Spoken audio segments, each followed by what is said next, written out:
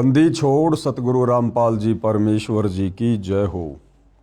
परम पिता परमात्मा सारी सृष्टि के रचनहार कुल मालिक असंख्य ब्रह्मांडों के स्वामी जगत गुरु तीनों लोकों में प्रवेश करके सबका धारण पोषण करने वाले राजाधिराज आत्माधार नाथों के नाथ देवों के देव महादेव सर्वेश्वर महेश्वर मृत्युंजय अजरो अमर आदि अनादि सनातनी प्रभु जगत पिता जगदीश्वर श्री श्री 1008 की उपाधि के वास्तविक अधिकारी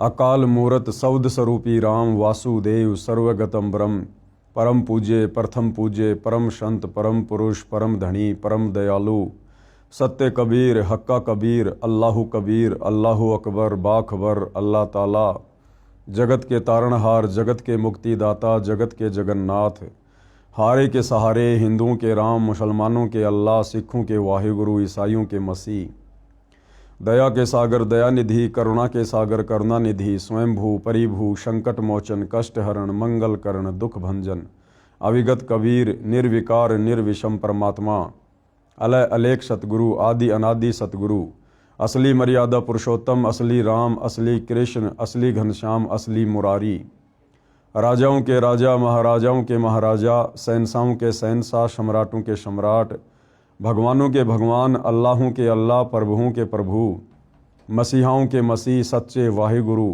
बाबाओं के बाबा पीरों के पीर सेठों के सेठ जगत सेठ सावलसा सेठ सर्वगुण संपन्न अनंत कोटि कलाओं के स्वामी अनंत कोटि ब्रह्मांडों के नायक योगियों में महायोगी ध्यानियों में महाध्यानी सिद्धों में परम सिद्ध ज्ञानियों में तत्वज्ञानी ब्रह्म ज्ञानी महाज्ञानी परम ज्ञानी सर्वश्रेष्ठ ज्ञानी विज्ञानी युवा कबीर समर्थ कबीर असमवात अमित ओजा सच्चे रहनुमा करीम अल्लाह सुभान अल्लाह दुनिया के अंतिम पैगंबर 8 सितंबर 1951 से गांव धनाना जिला सोनीपत हरियाणा भारतवर्ष की पावन भूमि पे प्रकट रियल कल की भगवान श्री नारायण साकार हरि श्री बाबा साहेब नूर अनंत परमात्मा सच्चे दरवेश सच्चे बाखबर संत शिरोमणि सतगुरु रामपाल जी परमेश्वर जी के चरण कमल में साध संगति से जुड़े हुए देश विदेश से आप और हम सभी सत्सेवक भाई बहनों का अनंत कोटि दंडवत प्रणाम।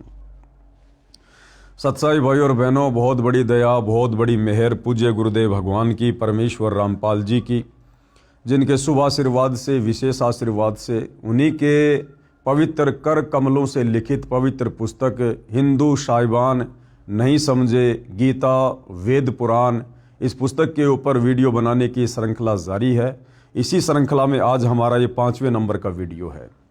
भाई और बहनों, प्रत्येक वीडियो में हिंदू समाज से जुड़े भाई बहनों को बहुत ही अच्छी और गहरी शिक्षाएं मिल रही हैं।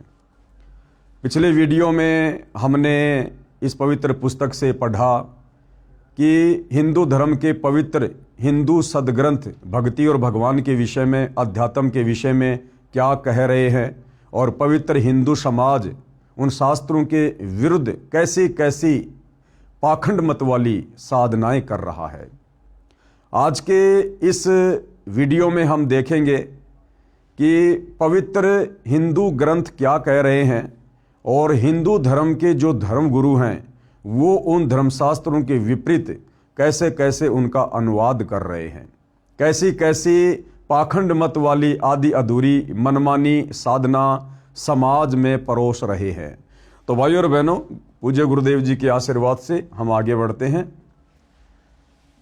पवित्र हिंदू धर्म गुरु नहीं समझे गीता निर्मल ज्ञान, यानी हिंदू धर्म के धर्म गुरु चाहे आचार्य हों शंकराचार्य हों चाहे आदि शंकराचार्य रहे हों, कोई भी हिंदू धर्म के सदग्रंथों को नहीं समझ पाया। पूज्य गुरुदेव भगवान हमें क्या बताना चाहते हैं, क्या समझाना चाहते हैं, ध्यान से देखिएगा। पेश है एक झलक गुरुओं के अनुवाद की, यानी हिंदू धर्म के धर्म गुरुओं ने जिस प्रकार से गीता जी के श्लोकों का अनुवाद किया है वो कितना सही है कितना गलत है, किस प्रकार से किया है।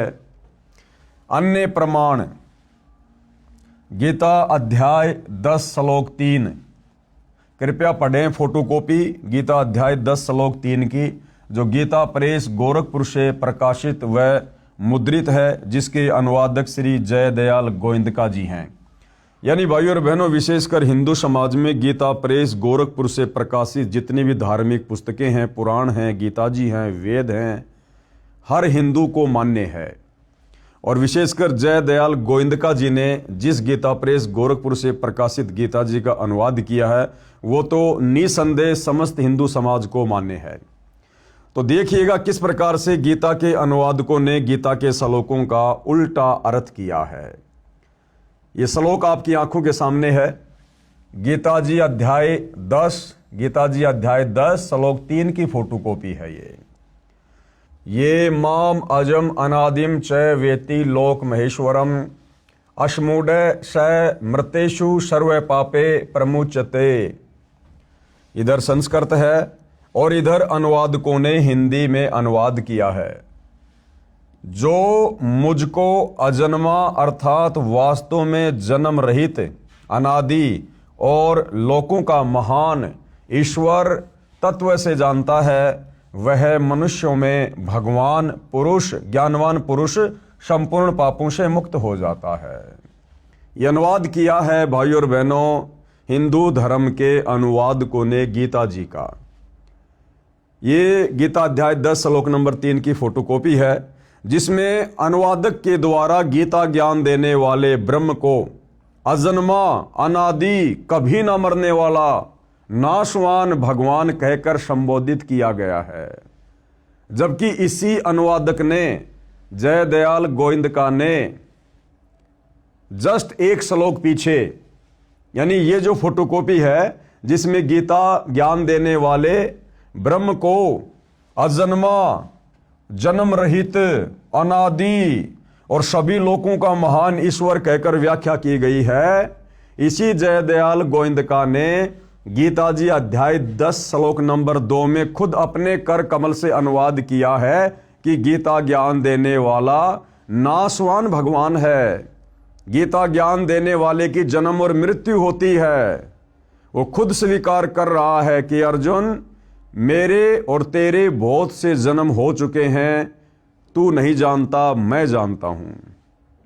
और मेरी उत्पत्ति को ये देवता लोग, ये ऋषिगण लोग नहीं जानते, क्योंकि ये सभी मेरे से उत्पन्न हैं। तो गीता अध्याय नंबर 10 के श्लोक नंबर 2 में तो जय दयाल गोविंदका जी ने, जिन्होंने गीता के श्लोकों का अनुवाद किया है, उन्होंने गीता ज्ञान देने वाले इस ब्रह्म को नाशवान साबित किया है। और जस्ट एक श्लोक आगे गीता अध्याय 10 श्लोक नंबर 3 आपकी आंखों के सामने है, उसी अनुवादक ने गीता ज्ञान देने वाले ब्रह्म को यहां पर अजन्मा, जिसका कभी जन्म नहीं होता, वास्तव में जन्म रहित, अनादि, यानी जो सबसे पहले वाला है, और लोकों का महान ईश्वर, इस प्रकार से संबोधित कर दिया। तो भाइयों और बहनों, इन गीता के ज्ञान देने वालों की बुद्धि काल में इस ब्रह्म ने स्लिप कर रखी है। तत्व ज्ञान के अभाव में ये लोग एक श्लोक पहले क्या लिख रहे हैं और अगले श्लोक में फिर बिल्कुल उल्टा अनुवाद कर रहे हैं, जिस कारण से पूरा हिंदू समाज बेचारा भ्रमित होकर बैठा है भक्ति और भगवान के नाम पर। ये श्लोक आपकी आंखों के सामने है। गीता ज्ञान देने वाले को, ब्रह्म को, ब्रह्मा विष्णु महेश के पिता को, दुर्गा के पति को यहां पर अजन्मा, वास्तव में जन्म रहित, अनादि और लोकों का महान ईश्वर जो इस प्रकार तत्व से जानता है, वह मनुष्यों में ज्ञानवान पुरुष संपूर्ण पापों से मुक्त हो जाता है। आगे देखिएगा, विशेष विवेचन अब पूज्य गुरुदेव भगवान बता रहे हैं कि भाई ध्यान दो, गीता अध्याय 10 श्लोक 3 का अनुवाद गलत किया है। जो अनुवाद अभी हमने पढ़ा है, पूज्य गुरुदेव भगवान कह रहे हैं कि गीता के श्लोकों का अनुवाद करने वालों ने इस श्लोक का अनुवाद गलत किया है, जिसमें लिखा है कि गीता ज्ञान देने वाले ने कहा, जो मुझको अजन्मा, अनादि और लोकों का महान ईश्वर तत्व से जानता है, वह मनुष्यों में ज्ञानवान पुरुष संपूर्ण पापों से मुक्त हो जाता है। अनुवाद समाप्त। महा आश्चर्य। अब क्या कह रहे हैं पूज्य गुरुदेव भगवान की पुण्यात्माओं, विचार करो। महा आश्चर्य कैसे? गीता अध्याय 10 श्लोक 2 में गीता ज्ञान दाता ने कहा है कि मेरी उत्पत्ति हुई है, गीता अध्याय 10 श्लोक 2 में तो खुद गीता का ज्ञान देने वाला भगवान ये ब्रह्म कह रहा है कि अर्जुन मेरी तो उत्पत्ति हुई है, यानी मेरा तो जन्म हुआ है, और जिसका जन्म होता है उसकी मृत्यु भी होती है। गीता अध्याय 10 श्लोक 2 में गीता ज्ञानदाता ने कहा है कि मेरी उत्पत्ति हुई है, जिसका अनुवाद भी इन्हीं अनुवादकों ने किया है।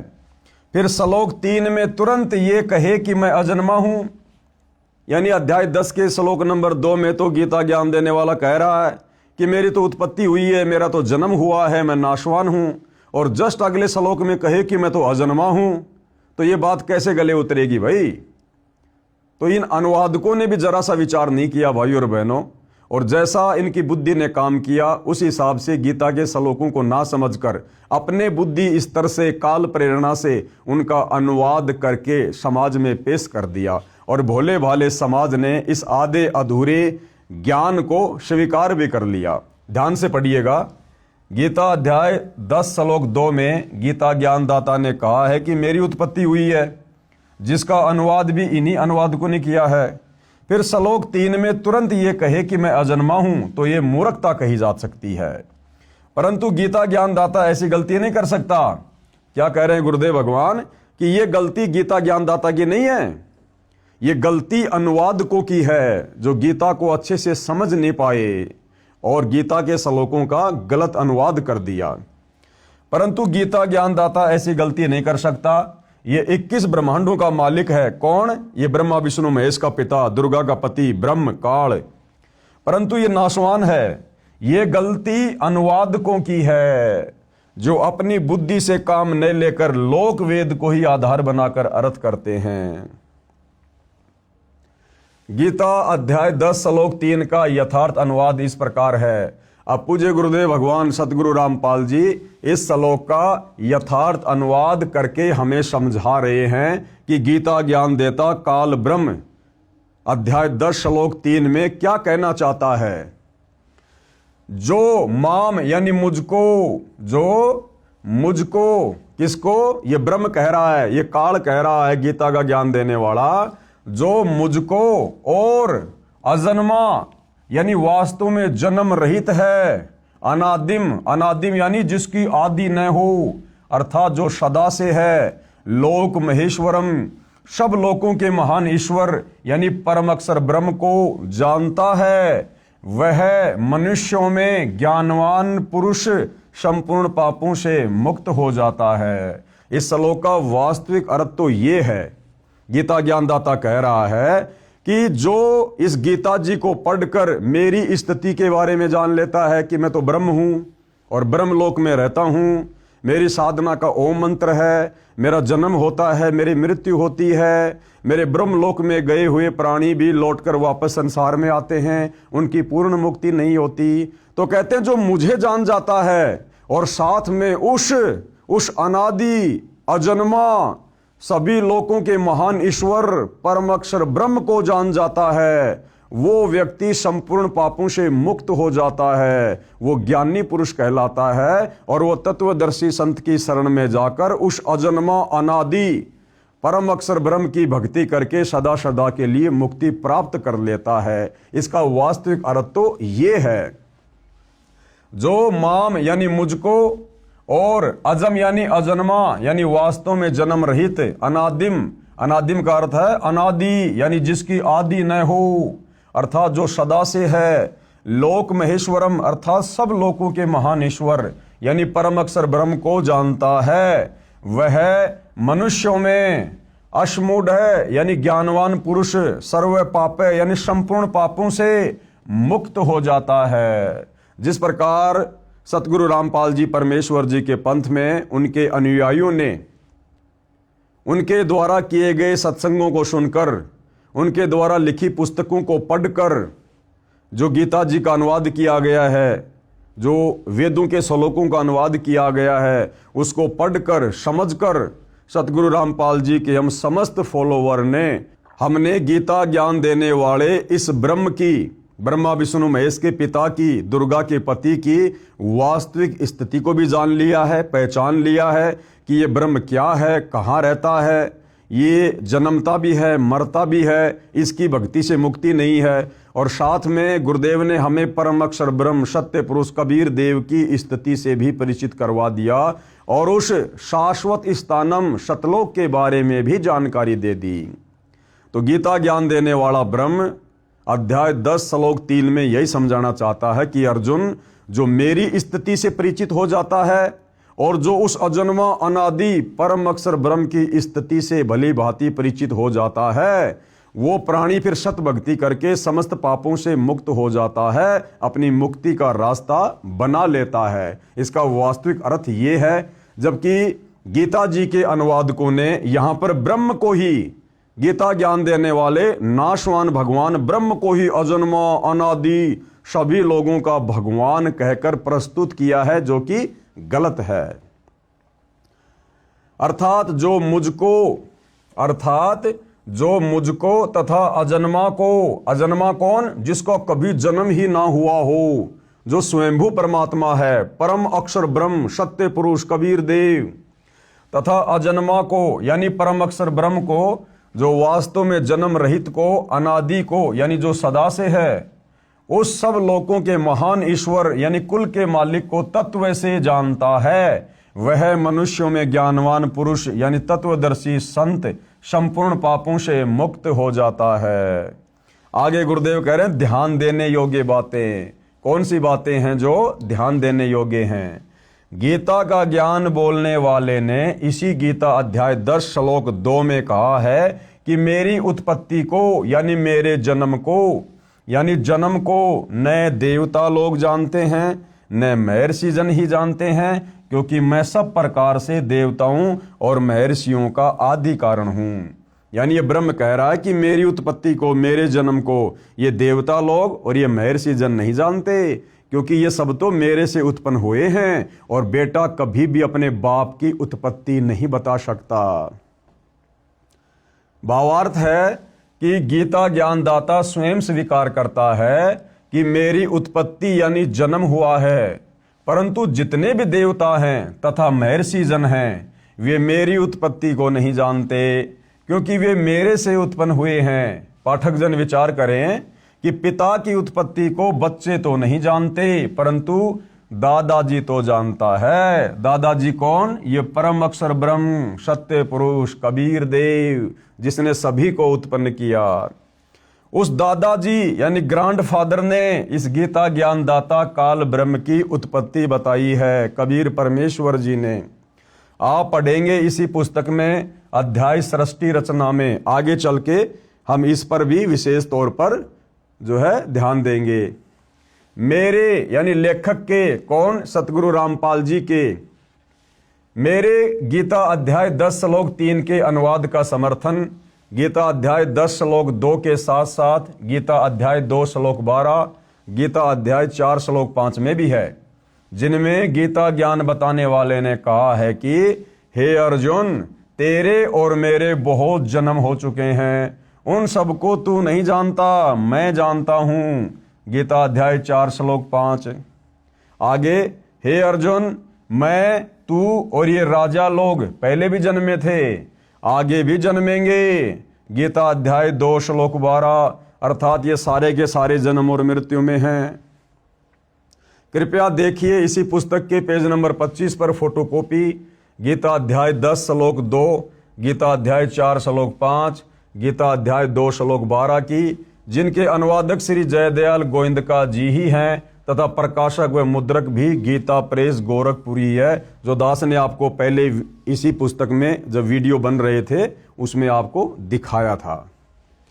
गीता अध्याय 4 का श्लोक 5 में गीता बोलने वाले ने स्पष्ट कहा है कि हे परंतप अर्जुन, मेरे और तेरे बहुत जन्म हो चुके हैं, उन सबको तू नहीं जानता, मैं जानता हूं। अर्थात गीता ज्ञान देने वाला नाशवान है, इसके भी जन्म और मृत्यु होती है।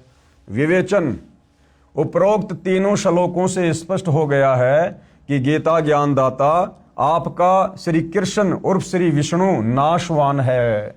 यानी आम हिंदू समाज गीता का ज्ञान देने वाला श्री कृष्ण जी को मानता है, तो श्री कृष्ण जी कहो चाहे श्री विष्णु जी कहो, क्योंकि विष्णु जी के अवतार श्री कृष्ण जी थे। तो हिंदू समाज इस बात पर विचार करे कि आप जिस गीता ज्ञान देने वाले को भगवान मानकर, अविनाशी मानकर पूज रहे थे, ये पवित्र गीता साबित कर रही है कि गीता ज्ञान देने वाला भगवान ये ब्रह्म अविनाशी नहीं है, ये तो जन्म और मृत्यु में है। और जिसकी स्वयं की जन्म और मृत्यु होती है, भला उसकी भक्ति करके साधक कभी भी अपना जन्म और मृत्यु का दीर्घ रोग नष्ट नहीं करवा सकता है।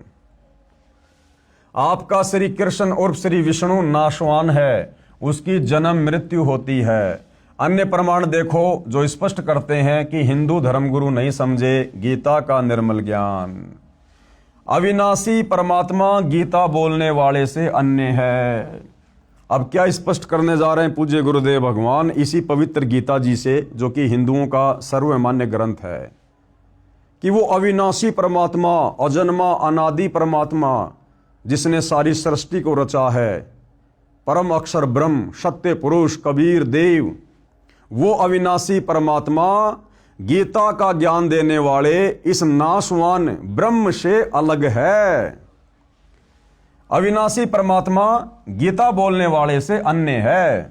प्रमाण, अविनाशी परमात्मा तो गीता ज्ञान दाता यानी आपके श्री कृष्ण जी उर्फ श्री विष्णु जी से अन्य है, जो सर्व प्राणियों की उत्पत्ति करता है, यानी जिससे यह जगत व्याप्त है, यानी जिस अविनाशी परमात्मा ने, परम अक्षर ब्रह्म ने सारी सृष्टि को रचा है, वो तो गीता का ज्ञान देने वाले इस ब्रह्म से अलग है, जो सबका धारण पोषण करने वाला है।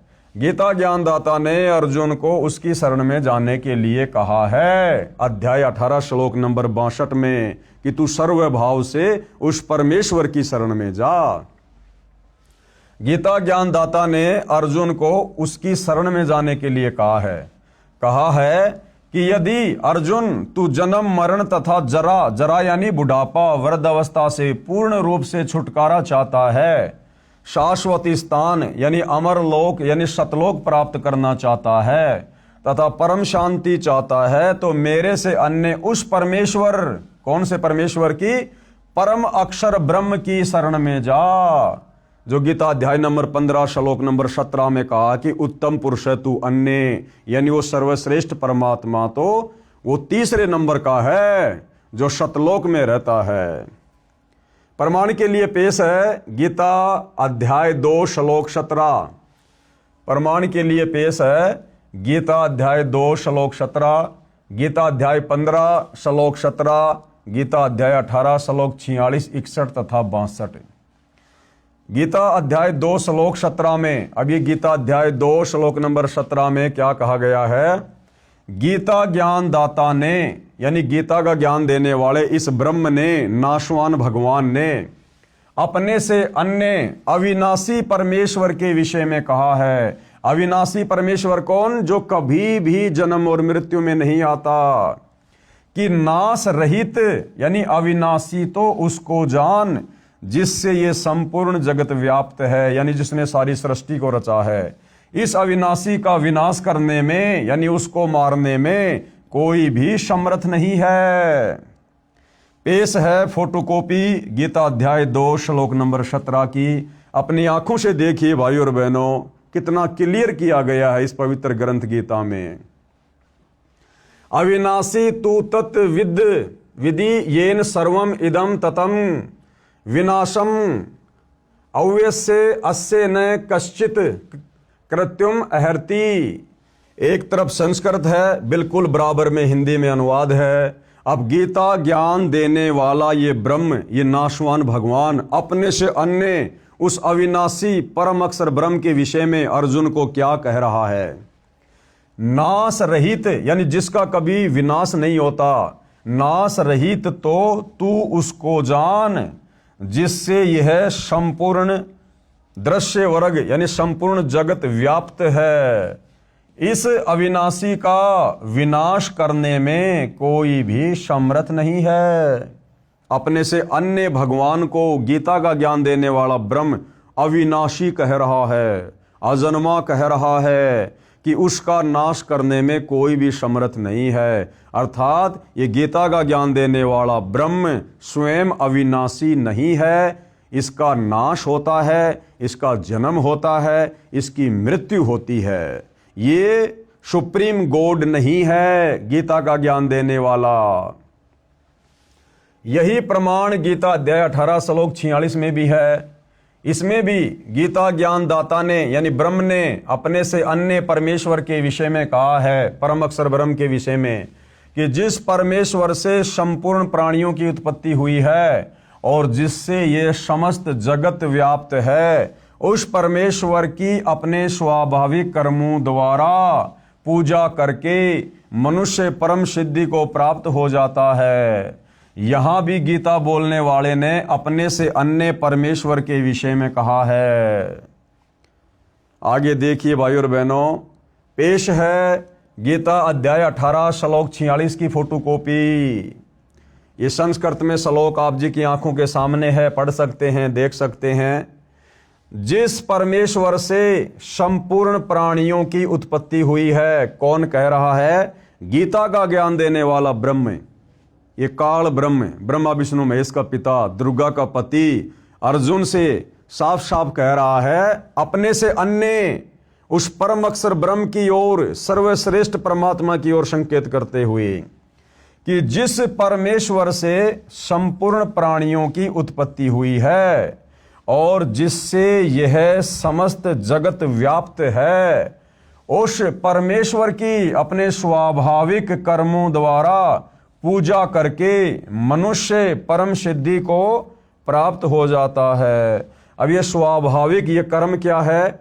जब हम सतगुरु रामपाल जी से उपदेश लेकर शास्त्र अनुकूल सत भक्ति ग्रहण करेंगे तो सतगुरु रामपाल जी परमेश्वर हमें जो भक्ति बताएंगे, उस भक्ति को हमने अपना कार्य करते करते, यानी जो किसान है अपनी किसानी कर रहा है, दुकानदार अपनी दुकानदारी कर रहा है, यानी कार्य करते करते हमने अपने गुरु के वचन और मर्यादाओं में रहकर उस भक्ति को सफल करना है, जिससे हमारी मुक्ति होगी।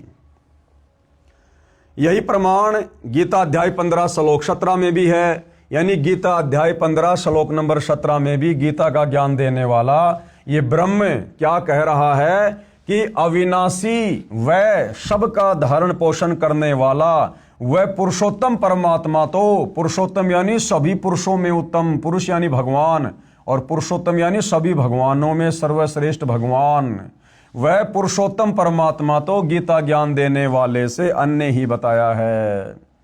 पेश है गीता अध्याय 15 श्लोक 17 की फोटोकॉपी। देखो भाई और बहनों, सौभाग्य है आपका, जो भी बात बोली जा रही है साथ में प्रमाण दिए जा रहे हैं ताकि किसी भी प्रकार की शंका भगत समाज को ना रहे। तो ये गीता अध्याय 15 श्लोक नंबर 17 की फोटोकॉपी है, जिसमें क्या कहा गया है? गीता ज्ञान देने वाला ब्रह्म, ब्रह्मा विष्णु महेश का पिता, दुर्गा का पति, ये ज्योति निरंजन क्या कह रहा है? उत्तम पुरुष है तू अन्य, यानी सर्वश्रेष्ठ परमात्मा तो अन्य ही है। परमात्मा इति उदारत है, जिसको वास्तव में परमात्मा कहा जा सकता है। ये लोकत्रयम अवश्य विभर्ति अवय ईश्वर। उत्तम पुरुष तो अन्य ही है, उत्तम यानी सर्वश्रेष्ठ, पुरुष यानी भगवान तो अन्य ही है। कौन कह रहा है? गीता का ज्ञान देने वाला, कि वो सर्वश्रेष्ठ भगवान उत्तम पुरुष तो मेरे से अन्य है, जो तीनों लोकों में प्रवेश करके और सबका धारण पोषण एवं अविनाशी परमेश्वर और परमात्मा इस प्रकार कहा गया है। क्लियर कर दिया गीता अध्याय 15 श्लोक नंबर 17 में गीता का ज्ञान देने वाले ब्रह्म ने कि अर्जुन, मैं सर्वश्रेष्ठ परमात्मा नहीं हूं, मैं अविनाशी परमात्मा नहीं हूं, मेरी तो जन्म और मृत्यु होती है, मेरी भक्ति से पूर्ण मुक्ति नहीं हो सकती है, मेरी भक्ति करने वाले प्राणी 84 लाख योनियों में जाकर कष्ट भोगने से नहीं बच सकते, मेरी भक्ति करने वाले साधक नरक भोगने से नहीं बच सकते। यदि तूने इन सभी दुखों से छुटकारा चाहिए, पूर्ण मुक्ति चाहिए, शाश्वत स्थानम सतलोक चाहिए, तो आपने मेरे से अन्य उस उत्तम पुरुष की भक्ति करनी पड़ेगी, परम अक्षर ब्रह्म की भक्ति करनी पड़ेगी, जिसकी जानकारी गीता अध्याय 4 श्लोक नंबर 34 में बताया कि तू तत्वदर्शी संत की खोज कर। तो भाई और बहनों, बड़े सौभाग्य से वो तत्वदर्शी संत वर्तमान में धरती पर सतगुरु रामपाल जी हैं, जिनके पास में संपूर्ण यथार्थ आध्यात्मिक ज्ञान है, पूर्ण मुक्ति का पूर्ण मार्ग है। गीता अध्याय 18 श्लोक 61 में भी, गीता अध्याय 18 श्लोक 61 में भी गीता ज्ञानदाता ने अपने से अन्य परमेश्वर के विषय में कहा है। 18वें अध्याय के 61वें श्लोक में भी गीता का ज्ञान देने वाले ब्रह्म ने, इस ज्योति निरंजन ने, काल ब्रह्म ने, दुर्गा के पति ने, ब्रह्मा विष्णु महेश के पिता ने अपने से अन्य उस सर्वश्रेष्ठ परमात्मा की ओर इशारा किया है। गीता अध्याय 18 श्लोक 61 में भी गीता ज्ञानदाता ने अपने से अन्य परमेश्वर के विषय में कहा है कि हे अर्जुन, शरीर रूप यंत्र में आरूढ़ हुए संपूर्ण प्राणियों को अंतर्यामी परमेश्वर अपनी माया यानी शक्ति से उनके कर्मों के अनुसार भ्रमण करवाता हुआ सब प्राणियों के हृदय में स्थित है। इसमें गीता ज्ञानदाता ने अपने से अन्य अंतर्यामी परमेश्वर का ज्ञान करवाया है, जो सबके हृदय रूपी गुफा में बैठा हुआ है और जिसकी शक्ति से सभी प्राणी चल रहे हैं और जो कर्मों के अनुसार सभी को फल देता है। अपने से अन्य परमेश्वर के विषय में जानकारी दे रहा है। पेश है फोटोकॉपी गीता अध्याय 18 श्लोक 61 की। ये श्लोक है भाइयों और बहनों आपकी आंखों के सामने। इसका अनुवाद पूज्य गुरुदेव भगवान ने यहां किया है। हे अर्जुन, शरीर रूप यंत्र में आरूढ़ हुए संपूर्ण प्राणियों को अंतर्यामी परमेश्वर अपनी माया से उनके कर्मों के अनुसार भ्रमण कराता हुआ सब प्राणियों के हृदय में स्थित है। ये अनुवाद सतगुरु रामपाल जी ने नहीं किया, ये अनुवाद गीता के अनुवादकों ने किया है, जय दयाल गोविंदका जी ने किया है। और ये अनुवाद स्पष्ट रूप से संकेत कर रहा है, यानी गीता का ज्ञान देने वाला भगवान अपने से अन्य किसी और अंतर्यामी परमेश्वर की तरफ संकेत कर रहा है कि जो सर्व प्राणियों को अपनी शक्ति से चलाता है और सभी प्राणियों को कर्मों के अनुसार फल देता है। तो भाइयों और बहनों, जब तक हम गीता ज्ञानदाता से अन्य उस उत्तम पुरुष की शरण में नहीं जाएंगे, उसकी सतभक्ति नहीं करेंगे, तत्वदर्शी संत से लेकर आप और हमारी मुक्ति कभी नहीं हो सकती। हम कभी भी जन्म और मरण के झंझट से बाहर नहीं निकल सकते। अब पेश है प्रमाण, जिसमें गीता ज्ञानदाता ने गीता अध्याय 18 के श्लोक 62 में भी अपने से अन्य परमेश्वर की शरण में जाने की राय दी है। कहा है कि हे भारत, तू सब प्रकार से उस परमेश्वर की शरण में जा जिसके विषय में ऊपर कहा है। उस परमात्मा की कृपा से ही तू परम शांति को तथा सनातन परम धाम यानी अमर लोक सतलोक को प्राप्त होगा। यानी सतलोक का कभी भी विनाश नहीं होता। वह परमेश्वर कौन है, उसके विषय में गीता ज्ञान बोलने वाले ने गीता अध्याय 8 श्लोक 3 में बताया है कि वह परम अक्षर ब्रह्म है।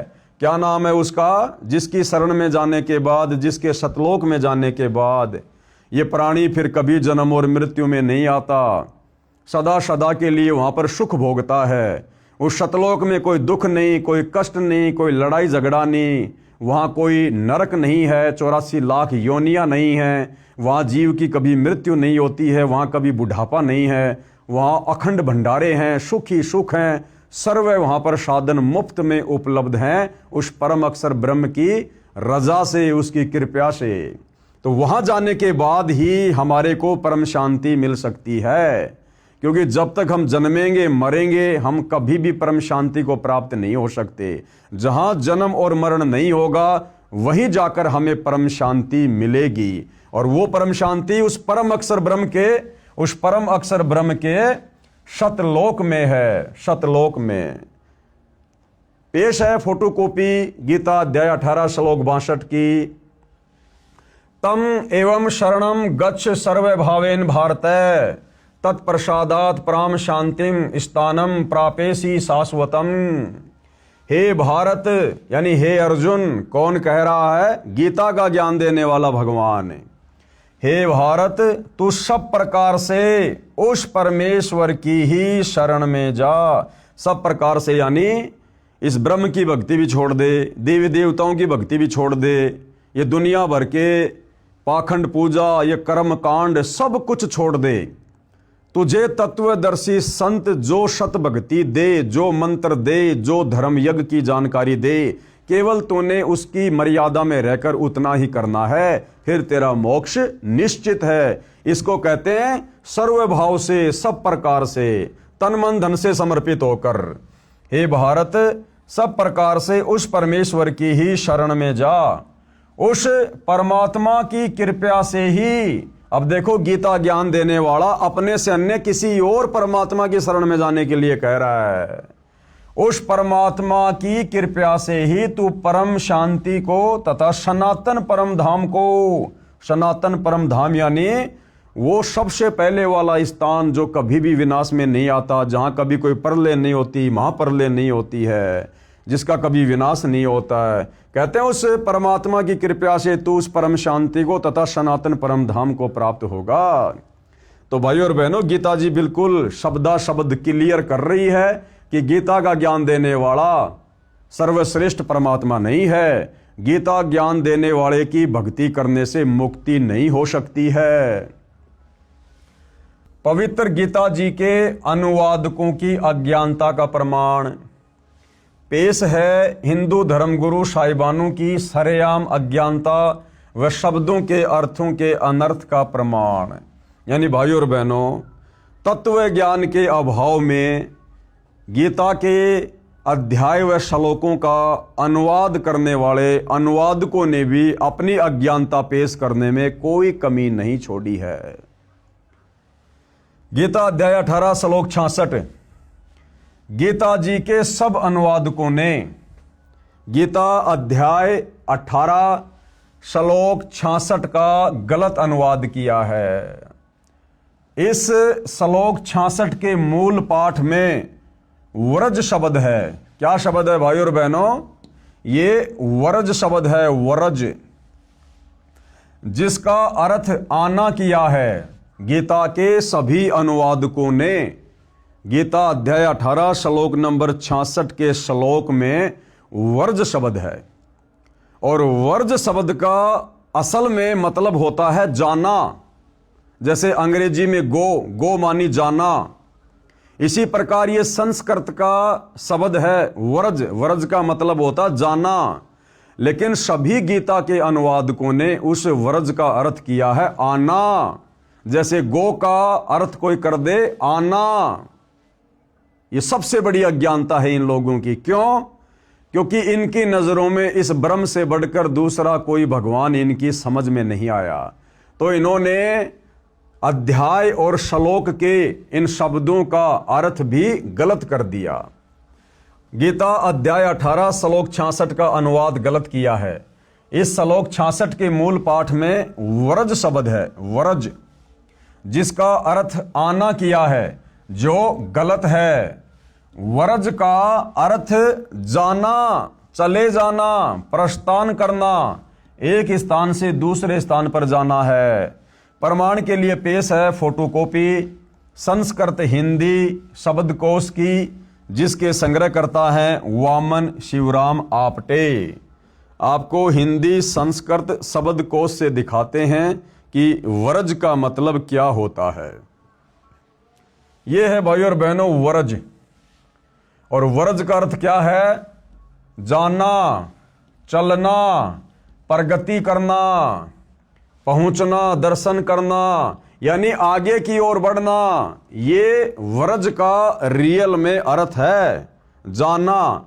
जबकि गीता के इस श्लोक का अनुवाद करने वाले सभी अनुवादकों ने एक दूसरे की नकल करते हुए तत्व ज्ञान के अभाव में अर्थ का अनर्थ कर दिया और वरज का अर्थ कर दिया आना।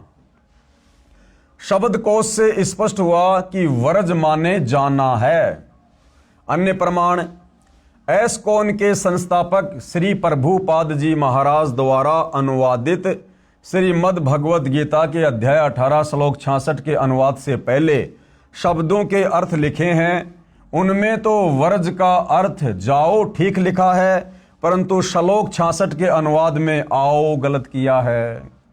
ये एस्कॉन के संस्थापक श्री प्रभुपाद जी जो भगवान को प्यारे हो चुके हैं, इन्होंने भी गीता का अनुवाद किया और गीता के इस श्लोक का 18वें अध्याय के 66वें श्लोक का अर्थ करते हुए उन्होंने शब्दकोश में तो लिख दिया वर्ज मतलब जाना, और जब 66वें श्लोक का अर्थ किया तो वहां कर दिया वर्ज का मतलब आना, बिल्कुल उल्टा। देखिएगा स्वामी प्रभुपाद जी की गीता अनुवाद में गलती प्रमाण के लिए पेश है फोटोकॉपी गीता अध्याय 18 श्लोक 66 की, जिसके अनुवादक हैं स्वामी प्रभुपाद जी तथा भक्ति वेदांत बुक ट्रस्ट द्वारा प्रकाशित है। ये एस्कॉन के संस्थापक श्री प्रभुपाद जी द्वारा अनुवाद की गई गीता है, जो आपको आजकल 200-200 रुपये में 300-300 रुपये में एस्कॉन वाले आपको बेचते हुए मिल जाएंगे। श्लोक क्या है?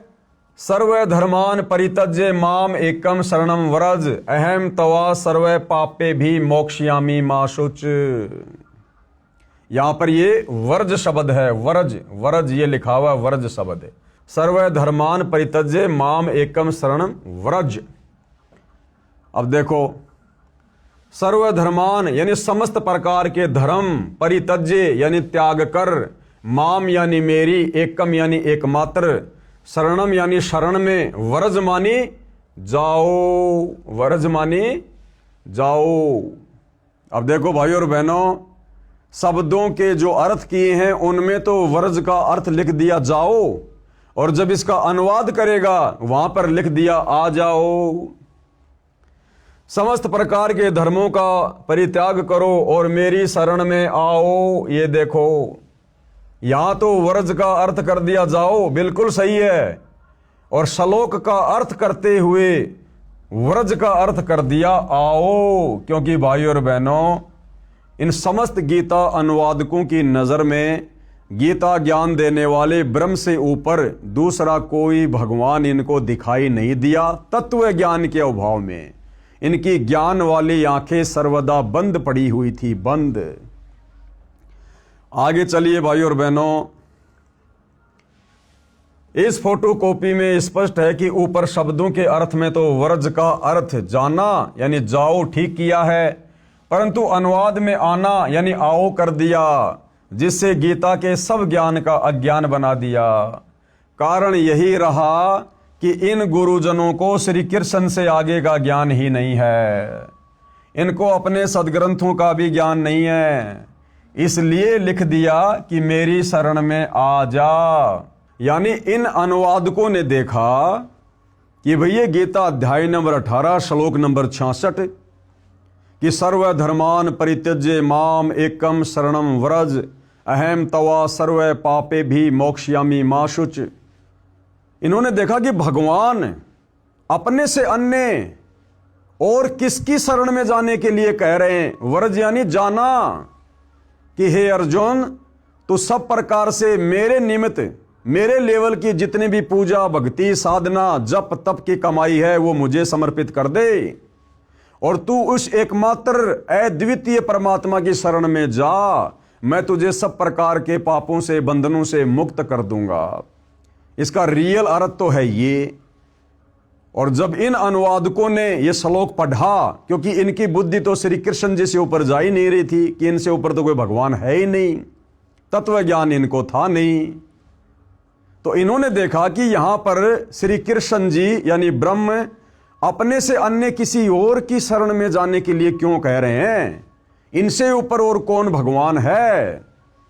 तो इनकी समझ में भाई और बहनों गीता के श्लोक नहीं आए, तो इन्होंने व्रज का मतलब कर दिया वापस आना, क्योंकि ये श्री कृष्ण जी से ऊपर किसी और को भगवान नहीं मानते थे, तो इन्होंने अर्थों का अनर्थ कर दिया।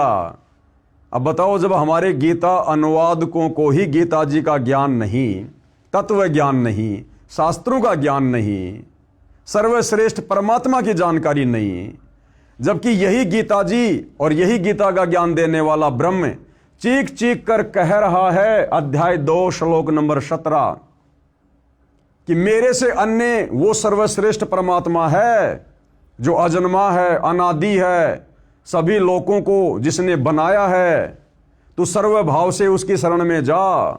लेकिन ये गीता के अनुवादक वहां तक नहीं पहुंच पाए, तत्वदर्शी संत की शरण के अभाव में, और इन्होंने श्लोकों के अर्थों का भी अनर्थ कर दिया। इनको अपने सदग्रंथों का भी ज्ञान नहीं है, इसलिए लिख दिया कि मेरी शरण में आ जा। गीता अध्याय 18 श्लोक 62 में गच्छ शब्द है, जिसका अर्थ भी जाना है, वहां ठीक कर दिया। जब श्लोक 62 में गीता ज्ञानदाता अपने से अन्य उस परमेश्वर यानी तत्व ब्रह्म यानी परम अक्षर ब्रह्म की शरण में जाने को कह रहा है, श्लोक 66 में अपनी शरण में आने को नहीं कहा, क्योंकि गीता अध्याय 2 श्लोक 7 में अर्जुन ने कहा कि मैं आपकी शरण हूं, यानी अर्जुन शरण में तो पहले से ही था।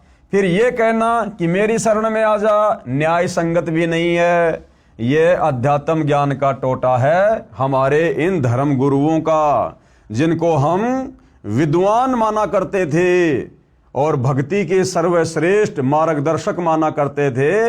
इन लोगों को तो अब पता चला सतगुरु रामपाल जी के ज्ञान से कि इन हमारे अनुवादकों को, धर्म गुरुओं को तो भक्ति मार्ग की ABCD का भी पता नहीं था।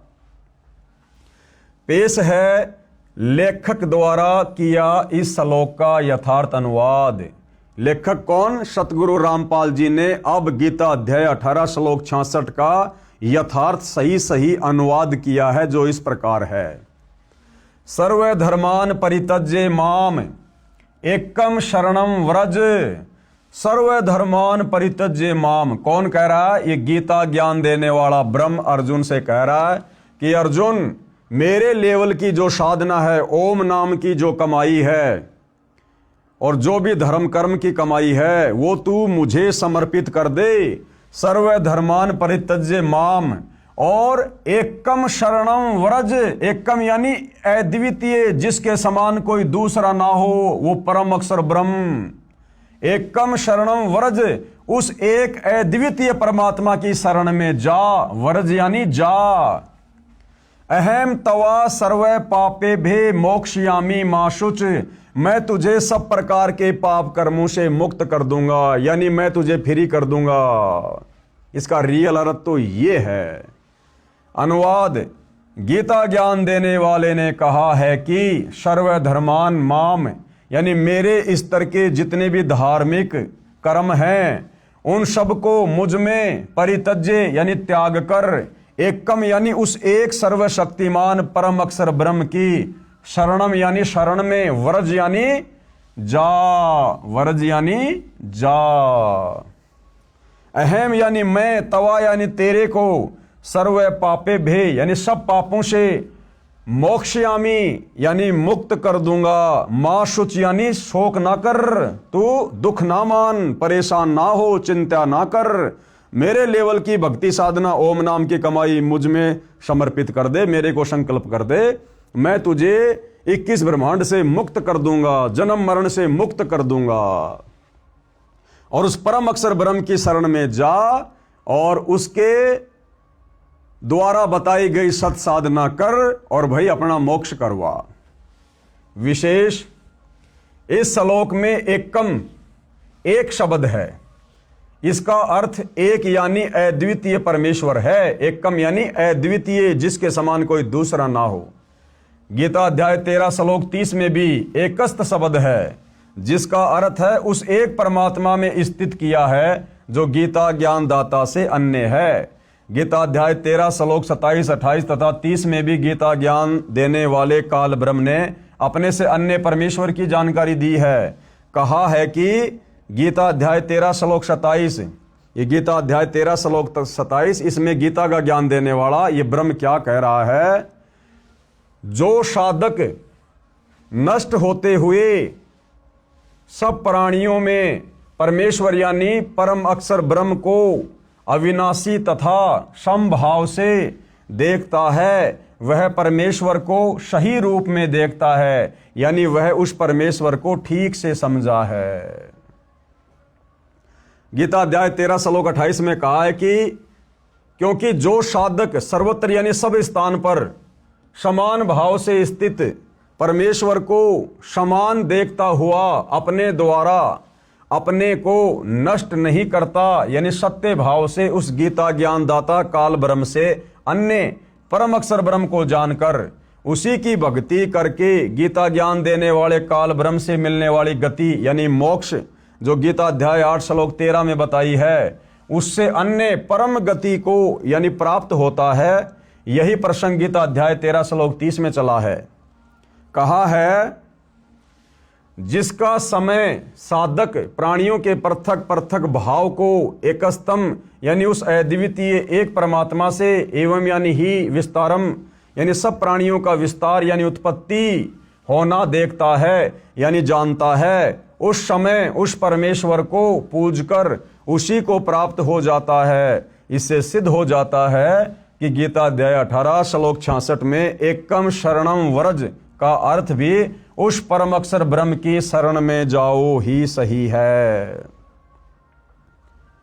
पेश है गीता अध्याय 18 श्लोक 66 की अन्य अनुवादकों की फोटो कॉपियां, यानी एकमात्र सतगुरु रामपाल जी के अलावा जितने भी अनुवादकों ने गीता का अनुवाद किया है, सब ने एक दूसरे की नकल कर ली, कॉपी कर ली और वर्ज का अर्थ जो जाना होता है सब ने आना लिख दिया। पेश है गीता अध्याय 18 श्लोक 66 की अन्य अनुवादकों की फोटो कॉपियां। श्री राम सुखदास की गीता अनुवाद में गलती। अब देखो भाई और बहनों, ये बड़े बड़े नाम उजागर हो रहे हैं, बड़े बड़े नाम जो कि नामचीन हैं, जिनके अनुवाद पर किसी को कोई संदेह नहीं था। अब देखो इन्होंने कैसी कैसी गलतियां कर रखी है। पेश है गीता अध्याय 18 श्लोक 66 की फोटोकॉपी श्री राम सुखदास जी महाराज के अनुवाद की। ये गीता प्रबोधनी मोटा टाइप स्वामी राम सुखदास प्रकाशक एवं मुद्रक गीता प्रेस गोरखपुर। ये देखिएगा अध्याय 18 श्लोक 66 सर्वधर्मान परित्यज्य माम एकम शरणम व्रज अहम तवा सर्व पापे भे मोक्षयामि मा शुच। संपूर्ण धर्मों का आश्रय छोड़कर तू केवल मेरी शरण में आ जा। व्रज का अर्थ क्या कर दिया? आ जा, जबकि व्रज का अर्थ क्या करना था? चला जा। मैं तुझे संपूर्ण पापों से मुक्त कर दूंगा, चिंता मत कर। यानी श्री राम सुखदास जी ने भी गीता जी का यथार्थ अनुवाद नहीं किया। आगे बढ़ते हैं भाइयों और बहनों। श्री ज्ञानानंद जी महाराज की गीता अनुवाद में गलती। पेश है गीता अध्याय 18 श्लोक 66 की फोटोकॉपी श्री ज्ञानानंद महाराज जी के अनुवाद की। ये श्री ज्ञानानंद जी के द्वारा अनुवाद की गई गीता है। श्रीमद् भगवत गीता, गीता ज्ञान सुधा, श्री स्वामी श्री ज्ञानानंद जी महाराज। ये रहा अध्याय 18 श्लोक 66 सर्वधर्मान परित्यज्य माम एकम शरणम। ये व्रज शब्द है, व्रज व्रज। अहम तवा सर्व पापे भे मोक्षयामि मा शुच। संपूर्ण धर्मों का आश्रय छोड़कर तू केवल मेरी शरण में आ जा। इन्होंने भी क्या कर रखा है? आ जा, जबकि ये करना चाहिए था जा। यानी श्री ज्ञानानंद जी ने भी गीता जी का यथार्थ अनुवाद नहीं किया। आगे बढ़िए भाइयों और बहनों। श्री सुधांशु जी महाराज की गीता अनुवाद में गलती। पेश है गीता अध्याय 18 श्लोक 66 की फोटोकॉपी श्री सुधांशु जी महाराज के अनुवाद की।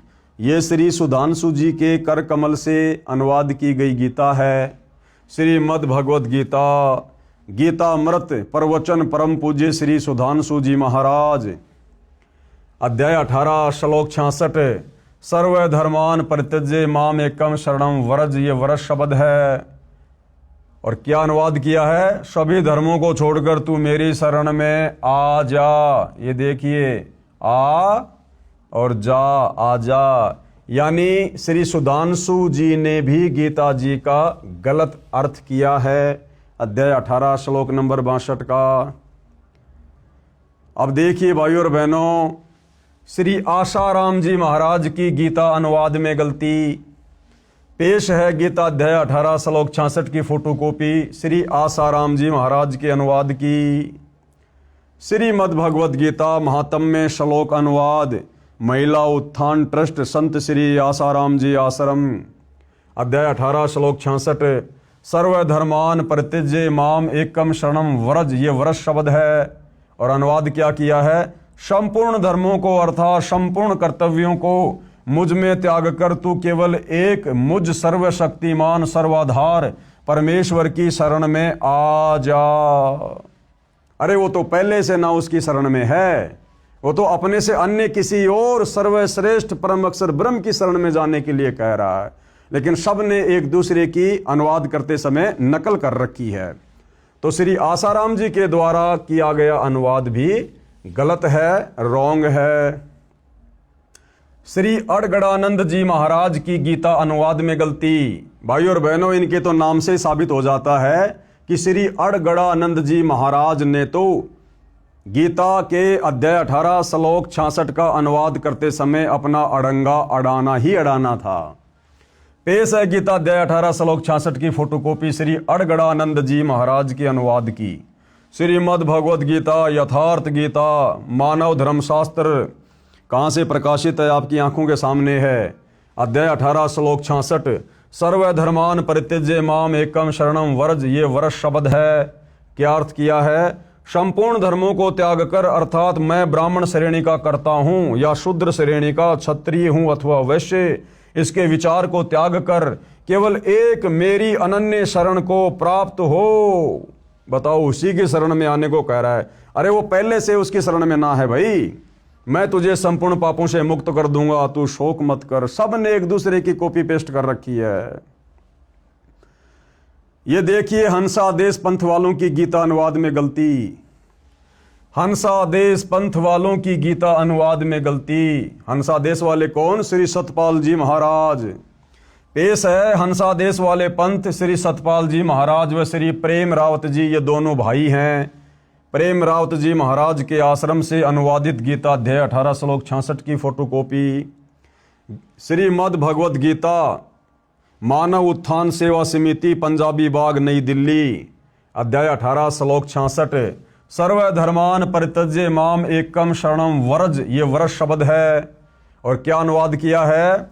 सर्वधर्मों के कर्मों को छोड़कर केवल मेरी ही शरण में आ जा। आ जा, जबकि करना चाहिए था चला जा भाई, अपना पीछा छुटवा ले, परम अक्षर ब्रह्म की शरण में चला जा। लेकिन सब ने कॉपी पेस्ट कर रखा है। ये थे हमारे ज्ञानहीन धर्म गुरु, जिनको हम शास्त्रों के प्रकांड विद्वान मानकर और उनके मार्गदर्शन में अपनी आत्मा के कल्याण के लिए दौड़ लगा रहे थे। विशेष पूज्य गुरुदेव भगवान क्या कह रहे हैं? उपरोक्त परमाणु से स्पष्ट है कि मेरे यानी लेखक के यानी सतगुरु रामपाल जी के अतिरिक्त किसी को भी गीता का ज्ञान नहीं है। भाई ब्रह्मा विष्णु महेश को भी नहीं है, 33 करोड़ देवी देवताओं को भी नहीं है, ऋषियों को भी ज्ञान नहीं था। ये ज्ञान देने के लिए सतलोक से चलकर स्वयं वो परम अक्षर ब्रह्म सत्य पुरुष कबीर देव तत्वदर्शी संत की भूमिका करता है। और निसंदेह वर्तमान में वह तत्वदर्शी संत सतगुरु रामपाल जी हैं। सब ने शब्दों के अर्थों का अनर्थ करके ज्ञान का अज्ञान बनाकर जनता को भ्रमित कर रखा है।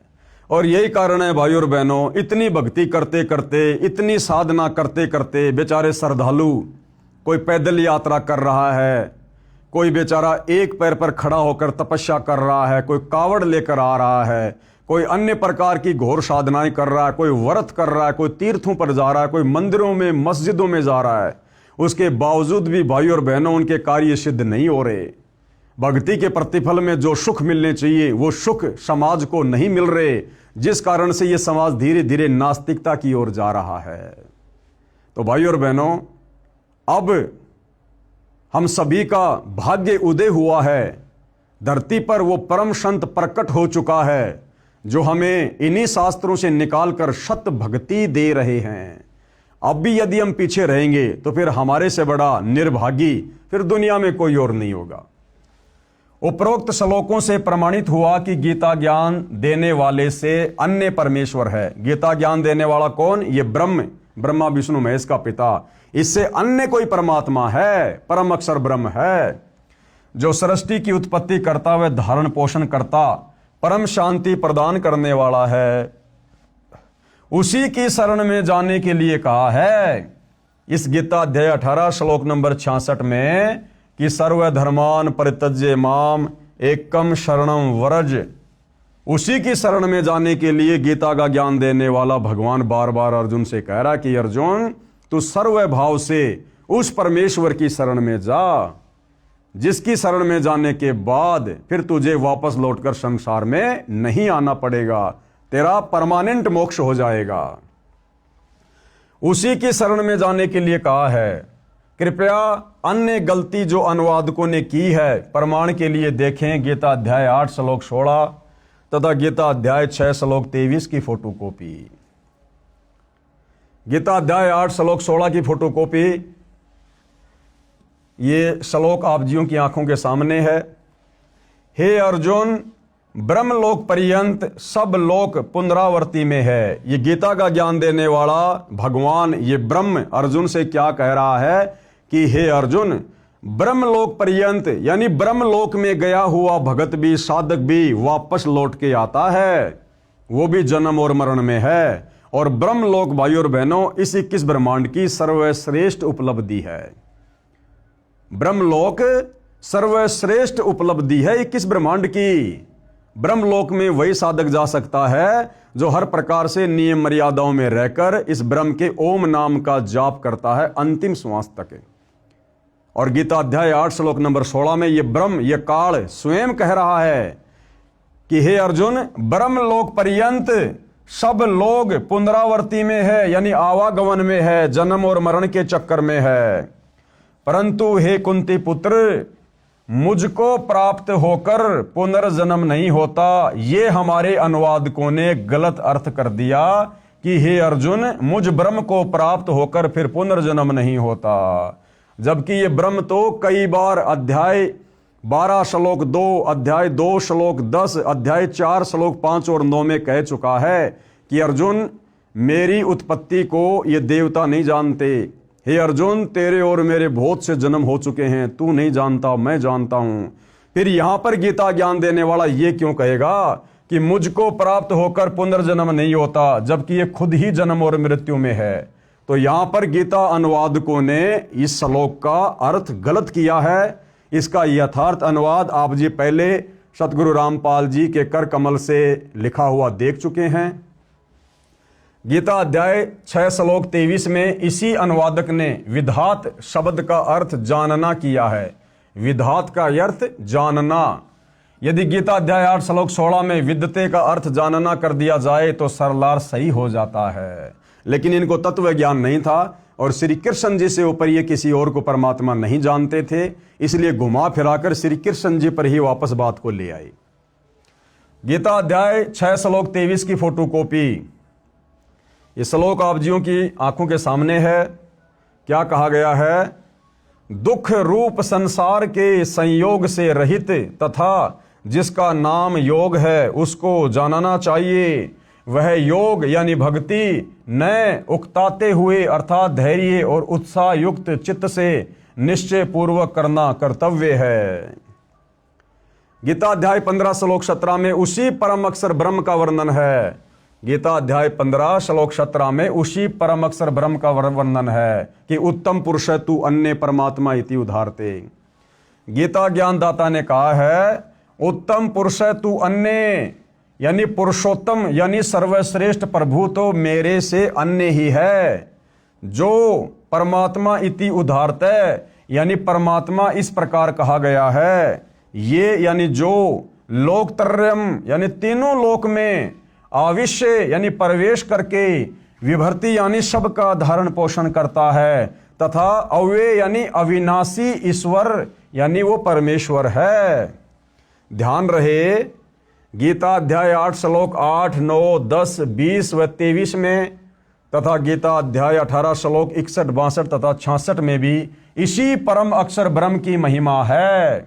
कहा है कि जो परम अक्षर ब्रह्म यानी कबीर देव सत्य पुरुष सर्वस्य धातारम यानी सबका धारण पोषण करने वाला है, उस परमम दिव्यम पुरुषम यानी परम दिव्य पुरुष यानी सच्चिदानंद घन ब्रह्म परमेश्वर को भजता है, उसी को प्राप्त होता है।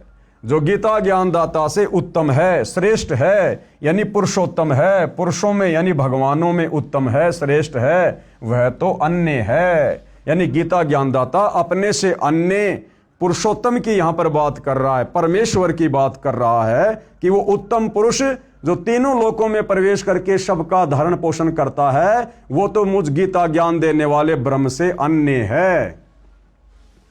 गीता ज्ञान देने वाले ने गीता अध्याय 18 श्लोक 62 में उसी परम अक्षर ब्रह्म की शरण में जाने को कहा है। यानी भाइयों और बहनों, बार बार गीता का ज्ञान देने वाला हिंदू भाई बहन जिसे श्री कृष्ण मानते हैं, विद्वान जिसको ब्रह्म कहते हैं, वो बार बार यही कह रहा है कि भैया गधा कुत्ता शुअर बनना है, नरक भोगना है, कष्ट भोगने हैं, तो भैया मेरे ओम नाम की साधना कर ले, या नीचे के देवी देवताओं की साधना कर ले, भैया तेरी मर्जी। और अगर तुझे परम शांति चाहिए, जन्म मरण से छुटकारा चाहिए, सतलोक में जाना है, तो भैया उस परम अक्षर ब्रह्म की भक्ति कर ले।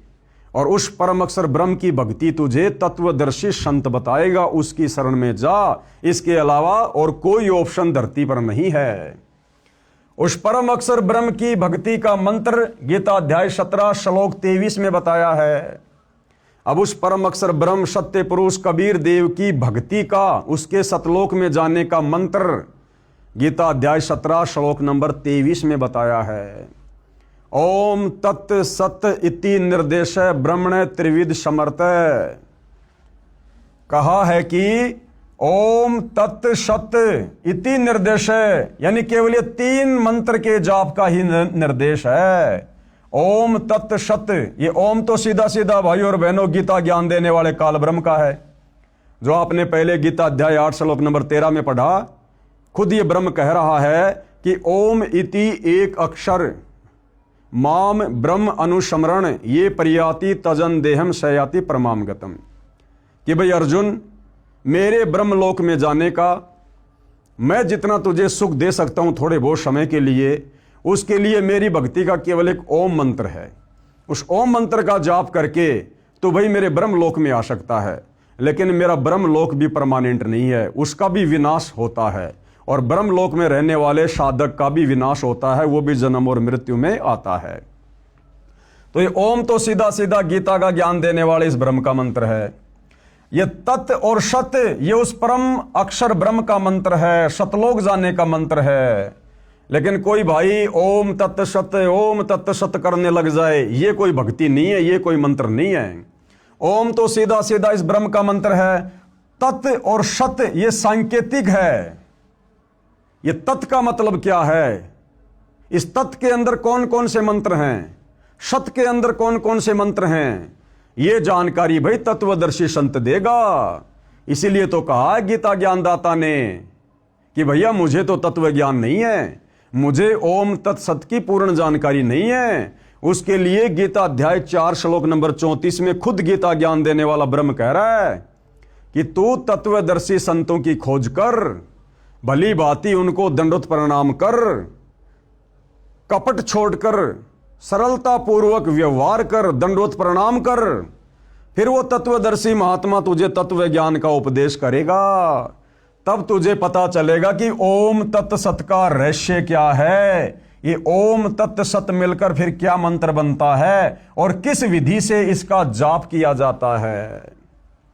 कहा है कि ओम तत् सत इति निर्देश ब्रह्मणे त्रिविध समर्थे। ब्रह्मण यानी उस पूर्ण ब्रह्म परमात्मा अक्षर पुरुष की भक्ति करने का मंत्र, उसको सुमरण करने का मंत्र। ब्रह्मणा तेन वेदा च यज्ञा च विहिता पुरा, अर्थात सच्चिदानंद घन ब्रह्म यानी परम अक्षर ब्रह्म की भक्ति का ओम तत् सत यह मंत्र है। इसका 3 विधि से सुमरण कहा है, यानी इसका 3 विधि से जाप होता है। अब वो जाप भाई और बहनों तत्वदर्शी संत ही बता सकता, धरती पर किसी और के पास नहीं है, केवल सतगुरु रामपाल जी ही बता सकते हैं। इसका 3 विधि से सुमरण होता है। सृष्टि के आदि में यानी सृष्टि की शुरुआत में यानी सतयुग के आदि शुरू में विद्वान पुरुष जो ज्ञान में अब गीता रूप में बता रहा हूं, इसी आधार से अपनी धार्मिक क्रिया किया करते थे। यानी सतयुग की शुरुआत में जो विद्वान पुरुष थे, जो भगत थे, साधक थे, ऋषि महात्मा थे, वो इन्हीं 3 मंत्रों का जाप किया करते थे, तत्वदर्शी संत से लेकर। और ये परम अक्षर ब्रह्म, ये सत्य पुरुष, ये कबीर परमात्मा चारों युगों में आते हैं, तत्वदर्शी संत की भूमिका करते हैं। कबीर परमात्मा जी अपनी वाणी में कहते हैं, सतयुग में सत सुकृत कह टेरा, और त्रेता नाम मुनिंदर मेरा, द्वापर में करुणा में कहाया, कलयुग में नाम कबीर धराया। कबीर जी कहते हैं कि मैं सतयुग में आता हूं इन्हीं 3 मंत्रों का रहस्य बताने, तत्वदर्शी संत बनकर। उस समय सतयुग में मेरा नाम होता है सत सुकृत ऋषि।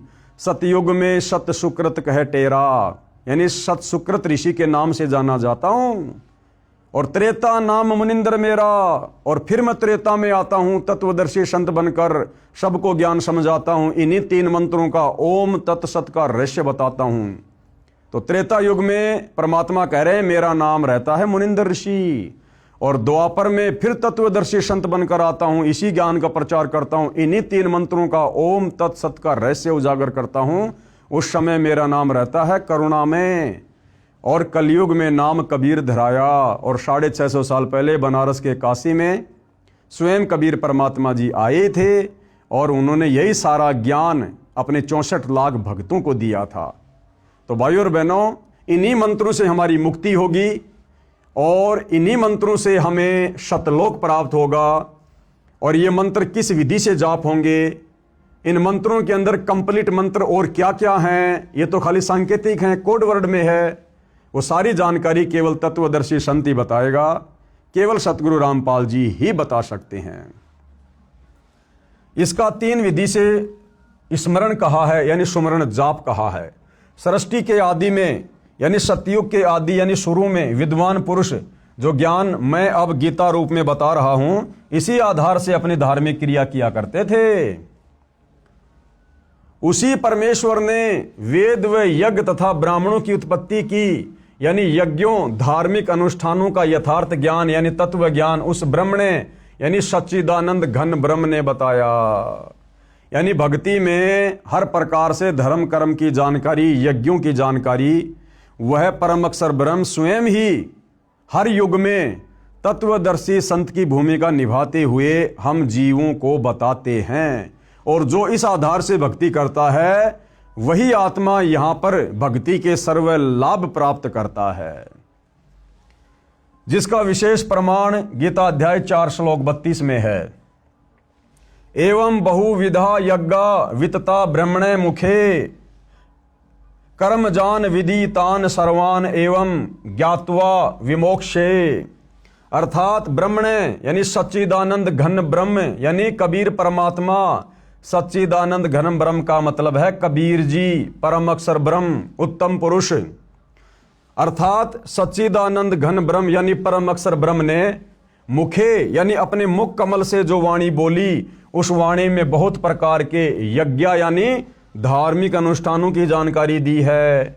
जो साधना बताई है वह कर्म करते करते की जा सकती है, यानी कार्य करते करते ये भक्ति की जा सकती है। इस भक्ति को करने के लिए जंगल में जाने की, गुफाओं में बैठने की, अन्य कोई हट करने की, तपस्या करने की, व्रत करने की, पैदल जाने की कोई आवश्यकता नहीं है। जो सत भक्ति परम अक्षर ब्रह्म तत्वदर्शी संत का रूप धारण करके हमें इस पृथ्वी पर बताते हैं, ये बहुत ही सरल और सहज भक्ति है। नाम उठत नाम बैठत नाम सोवत जाग बे, नाम खाते नाम पीते नाम शेती लाग बे। अपना कार्य करते करते हम ये भक्ति कर सकते हैं। माता बहनें झाड़ू निकालते निकालते, खाना बनाते बनाते उन मंत्रों का जाप कर सकती हैं। किसान खेत में हल चलाते चलाते, मजदूर अपनी मजदूरी करते करते इन मंत्रों का जाप कर सकता है।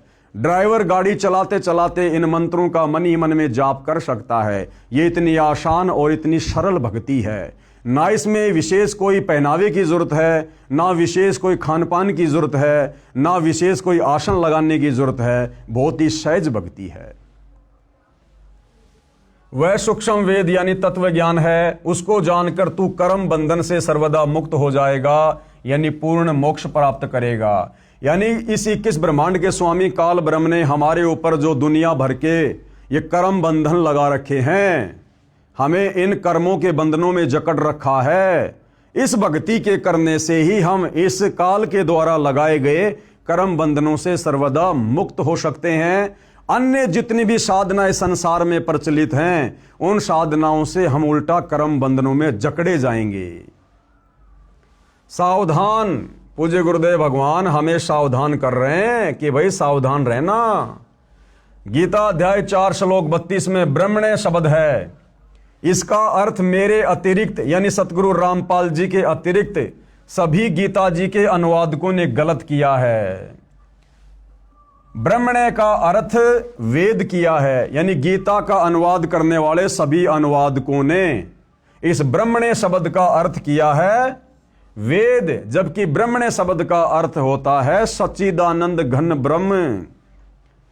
जबकि इन्हीं अनुवादकों ने गीता अध्याय 17 श्लोक 23 में ब्रह्मण्य शब्द का अर्थ सच्चिदानंद घन ब्रह्म यानी परम अक्षर ब्रह्म किया है, जो सही है। यानी 17 के 23 में तो इन्होंने सही अर्थ कर दिया और बाकी जगह इन अनुवादकों ने ब्रह्मण्य शब्द का गलत अर्थ कर दिया, जिससे श्लोक का अर्थ अनर्थ हो गया। इससे सिद्ध हुआ कि सूक्ष्म वेद यानी संपूर्ण अध्यात्म ज्ञान, जिसे तत्व ज्ञान कहा जाता है, वह परम अक्षर ब्रह्म ने कहा है और वर्तमान में वह तत्व ज्ञान सतगुरु रामपाल जी कह रहे हैं।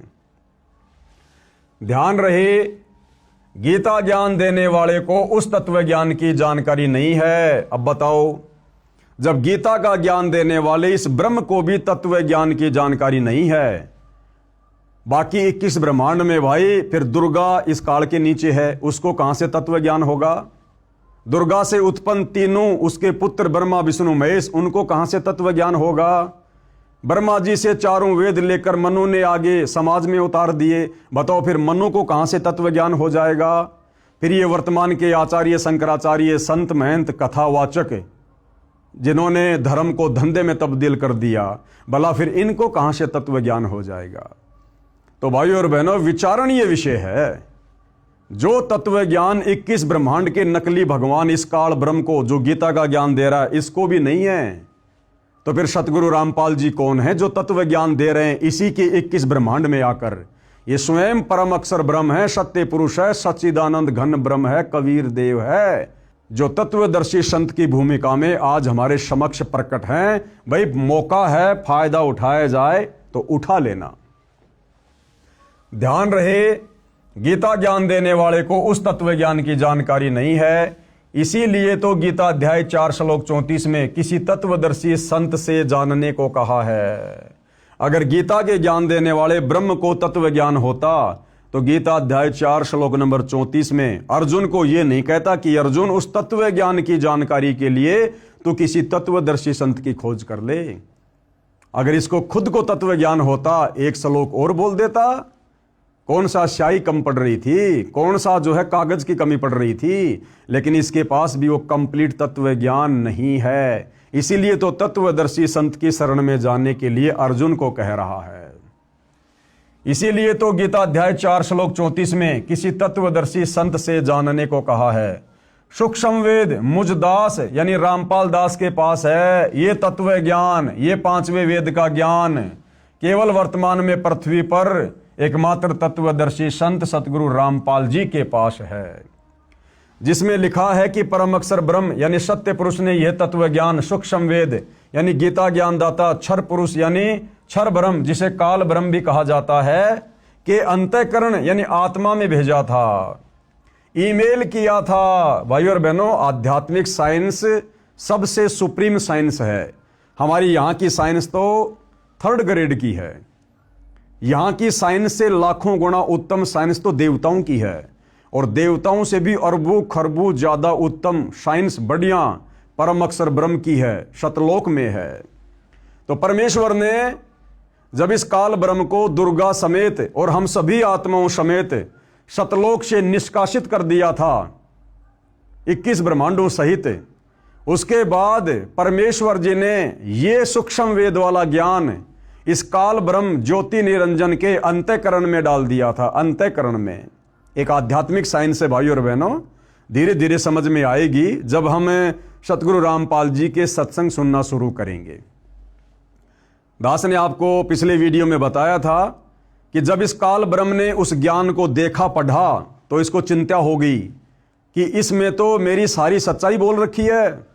अगर ये सच्चाई नीचे 21 ब्रह्मांड के इन प्राणियों को पता चल गई तो भैया कोई भी मेरी भक्ति नहीं करेगा, और फिर मैं खाऊंगा क्या, मेरे भोजन का क्या होगा। क्योंकि इसको श्राप लगा हुआ है परम अक्षर ब्रह्म की तरफ से, जो गलती इसने सतलोक में की थी कि तू प्रतिदिन 1 लाख मानव शरीरधारी स्त्री पुरुषों के सूक्ष्म शरीर की वासना खाएगा, उनका मैल खाएगा, वो गंदगी खाएगा। इसलिए अपने भोजन के लिए, अपनी भूख शांत करने के लिए इसकी मजबूरी बन गई भाइयों और बहनों हमें मनुष्य जन्म देना। और ये किसी के सामने प्रकट नहीं होता, इसका विकराल चेहरा है, काल इसका नाम है, इसकी भुंडी शकल बताई गुरुदेव भगवान ने। इसलिए ये अपने तीनों पुत्रों ब्रह्मा विष्णु महेश को भी दर्शन नहीं देता, उनसे भी छुपकर 21वें ब्रह्मांड में ब्रह्मलोक में रहता है, और अपने तीनों पुत्रों ब्रह्मा विष्णु महेश को मूर्ख बना रखा है। इन्हीं के माध्यम से अपने भोजन की व्यवस्था करवा रहा है। श्री ब्रह्मा जी से रजोगुण के प्रभाव से जीवों की उत्पत्ति करवाता है, और श्री विष्णु जी से सतोगुण के प्रभाव से एक दूसरे को मोह माया में जकड़ के रखता है घर परिवार में, और श्री शंकर जी के तमोगुण के प्रभाव से आपस में मन मुटाव करवा के, लड़ाई झगड़ा करवा के, एक्सीडेंट करवा के हमारी मृत्यु करवा देता है। और अपने भोजन की इस प्रकार से इसने व्यवस्था कर रखी है। तो जब उस परम अक्षर ब्रह्म ने, सत्य पुरुष ने, कबीर देव ने जब इसको सतलोक से बाहर निकाला था, उसके बाद इसके अंतःकरण में ये सारा का सारा ज्ञान फीड कर दिया। जब इसने वो ज्ञान देखा तो इसको चिंता बन गई कि भैया ये तो बात बिगड़ेगी, तेरे बारे में तो सारी सच्चाई लिखी हुई है, तो तेरी भूख कैसे मिटेगी। तो इसने क्या किया भाइयों और बहनों, जल्दबाजी में इसने वो मुख्य ज्ञान जो मुक्ति का था, मोक्ष का था, वो ज्ञान इसने जल्दबाजी में नष्ट कर दिया, और बाकी ज्ञान वेद रूप में अपने बड़े पुत्र ब्रह्मा जी को समुद्र मंथन के दौरान दे दिया। ब्रह्मा जी ने वो ज्ञान आगे अपने वंशजों को दे दिया, मनु को दे दिया, मनु ने फिर आगे आम समाज में उतार दिया, और फिर आज से लगभग 5500 वर्ष पहले द्वापर में वेद व्यास जी को दिव्य दृष्टि देकर उस ज्ञान को जो का त्यों वेदों के रूप में लिपिबद्ध करवा दिया, जो वेद आज आम समाज में है। तो गुरुदेव भगवान क्या कह रहे हैं कि वो सूक्ष्म वेद वाला ज्ञान, जो ज्ञान इन चारों वेदों में नहीं है, जिस ज्ञान को इस काल ब्रह्म ने नष्ट कर दिया था, वो सूक्ष्म ज्ञान देने के लिए वो परम अक्षर ब्रह्म, वो कबीर परमात्मा फिर सतलोक से चलकर स्वयं धरती पर तत्वदर्शी संत के रूप में प्रकट होता है। इसलिए कहा है कि 21 ब्रह्मांड में किसी के पास वो मुक्ति का ज्ञान नहीं है, मुक्ति का मार्ग नहीं है, तत्व ज्ञान नहीं है। अब सतगुरु रामपाल जी क्या कह रहे हैं कि सूक्ष्म वेद मुझदास रामपाल दास के पास है। तो भाइयों और बहनों अब विचार कर लेना सतगुरु रामपाल जी कौन है जिनके पास सूक्ष्म वेद है, सूक्ष्म ज्ञान है। ये स्वयं परम अक्षर ब्रह्म है, जिसमें लिखा है कि परम अक्षर ब्रह्म यानी सत्य पुरुष ने यह तत्व ज्ञान, सूक्ष्म वेद, गीता ज्ञान दाता, क्षर पुरुष, इस काल को क्षर पुरुष भी कहते हैं। क्षर का मतलब होता है नासवान, जिसकी जन्म और मृत्यु होती है। क्षर पुरुष यानी क्षर ब्रह्म, जिसे काल ब्रह्म भी कहा जाता है, इसके अंतःकरण में, इसकी आत्मा में भेजा था, ईमेल किया था, उसने अपने श्वासों द्वारा बाहर निकाल कर पढ़ा। इसने देखा कि इसमें परम अक्षर ब्रह्म का ज्ञान है, यानी सतलोक का ज्ञान है, इसमें तो पूर्ण परमात्मा का भी ज्ञान है, वहां का सुख तथा यहां काल लोक का दुख लिखा है। इसने विचार किया कि यदि मेरे 21 ब्रह्मांडों में रहने वाले प्राणियों को सत्यलोक के सुख का तथा उसमें जाने वाली भक्ति का पता चला तो सब भाग जाएंगे, मेरी सुधा यानी भूख कैसे शांत होगी। इस डर से इसने वह ज्ञान सूक्ष्म वेद से निकाल दिया और शेष ज्ञान समुद्र में छुपा दिया, जो आगे चलकर इसके बड़े पुत्र ब्रह्मा को प्राप्त हुआ। सूक्ष्म वेद के अनुसार सागर मंथन के समय 4 वेद निकाले, वे ब्रह्मा जी ने पढ़े। फिर यही वेद ज्ञान काल ब्रह्म ने ब्रह्मा का रूप धारण करके सूर्य देव को बताया। सूर्य देव कौन? ये आग का गोला नहीं, इस आग के गोले सूर्य के ऊपर जिस देव का कंट्रोल है, आधिपत्य है, वो सूर्य देव जो मनुष्य रूप में है, देव रूप में है।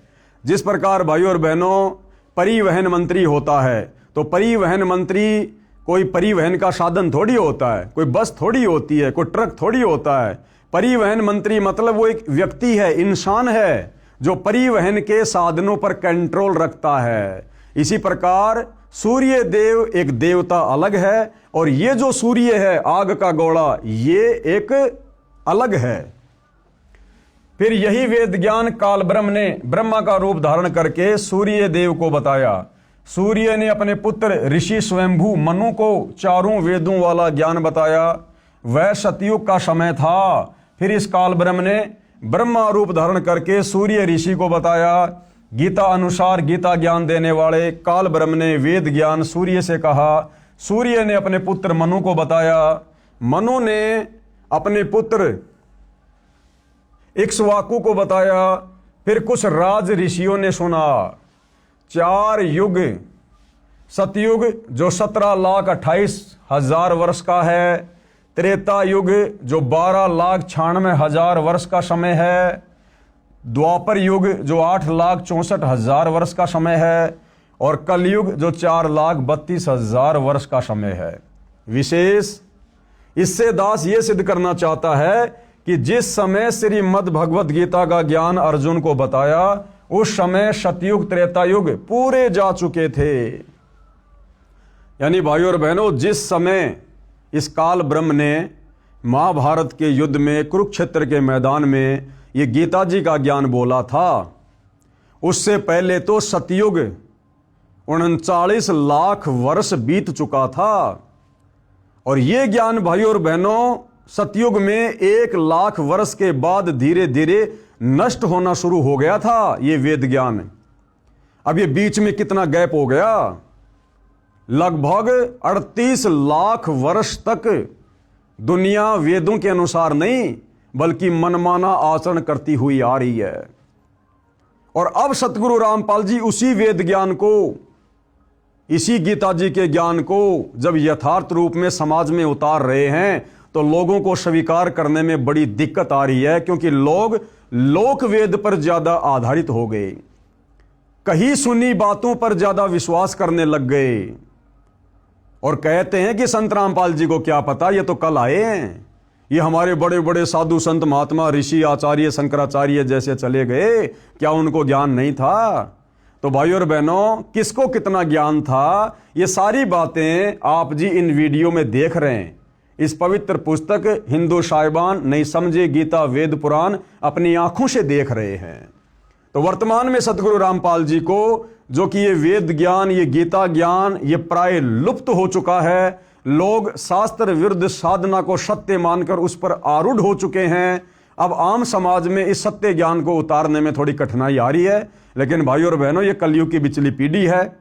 सभी को परमात्मा ने अक्षर ज्ञान युक्त कर दिया है, सभी को शिक्षित कर दिया है, सभी सदग्रंथों का अनेक भाषाओं में ट्रांसलेट करवा दिया गया है। बुद्धिमान समाज है और अवश्य इस सच्चाई को स्वीकार करेगा, भले ही थोड़ा समय लगे। इससे दास ये सिद्ध करना चाहता है कि जिस समय श्रीमद् भगवत गीता का ज्ञान अर्जुन को बताया, यानी लगभग 5,500 वर्ष पहले द्वापर में, उस समय सतयुग त्रेतायुग पूरे जा चुके थे तथा द्वापर युग मात्र 100 वर्ष शेष था। वेद ज्ञान काल ब्रह्म ने सूर्य देव को दिया। सूर्य ने अपने पुत्र वैश्वत मनु जी को सतयुग के प्रारंभ में दिया। उस समय पुराणों की रचना नहीं हुई थी, केवल वेदों के ज्ञान के आधार से ऋषिजन साधना करते थे, जिसका प्रमाण गीता अध्याय 17 श्लोक 23 में भी है। कहा है कि सच्चिदानंद घन ब्रह्म के सुमरण का ओम तत्सत 3 मंत्र का जाप है, जो 3 प्रकार से किया जाता है। सृष्टि की आदि में यानी सतयुग की शुरुआत में ब्राह्मण यानी विद्वान भगतजन इसी ज्ञान के अनुसार यज्ञ आदि अनुष्ठान किया करते थे। कृपया ध्यान दें, गीता का ज्ञान वेद ज्ञान से सतयुग के शुरू में ब्रह्मा व मनु को मिला था। उससे 38,87,900 वर्ष पश्चात कहा गया है। यानी भाइयों और बहनों, जो वेद ज्ञान सतयुग की शुरुआत में भगत जन उस वेद ज्ञान के अनुसार भक्ति किया करते थे, वो वेद ज्ञान फिर सतयुग के बाद यानी 38,87,900 साल के बाद अब महाभारत के युद्ध में, कुरुक्षेत्र के मैदान में फिर से गीता जी के रूप में बोला गया। इतने वर्षों के बाद उसे 38,87,900 वर्ष पश्चात कहा गया है, जो लगभग 1,00,000 वर्ष तक यथारूप में रहा सतयुग की शुरुआत में। उसके पश्चात मनमाना आचरण प्रारंभ हो गया था। प्रमाण आगे बताया है।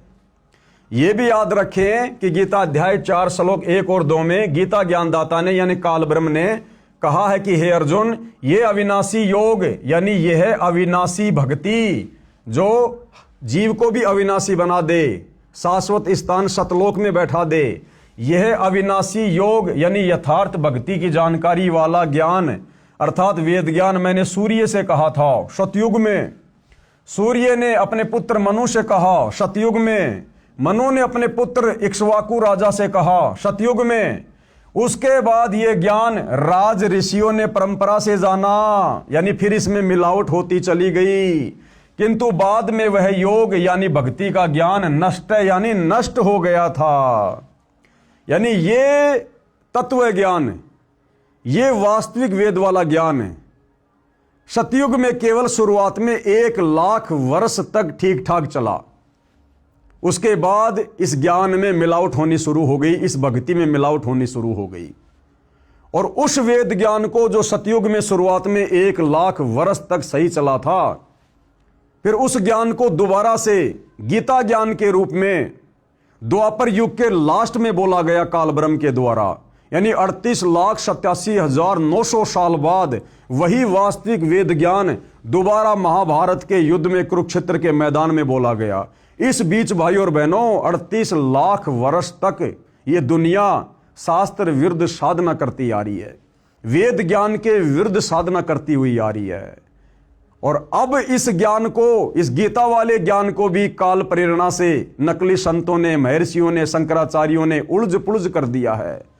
और अब सतगुरु रामपाल जी उस यथार्थ ज्ञान को, वेदों वाले ज्ञान को, वेदों से ऊपर सूक्ष्म वेद वाले ज्ञान को जब आम समाज में उतारना चाह रहे हैं, तो आत्माएं इतना जल्दी स्वीकार करने को तैयार नहीं हो रही हैं।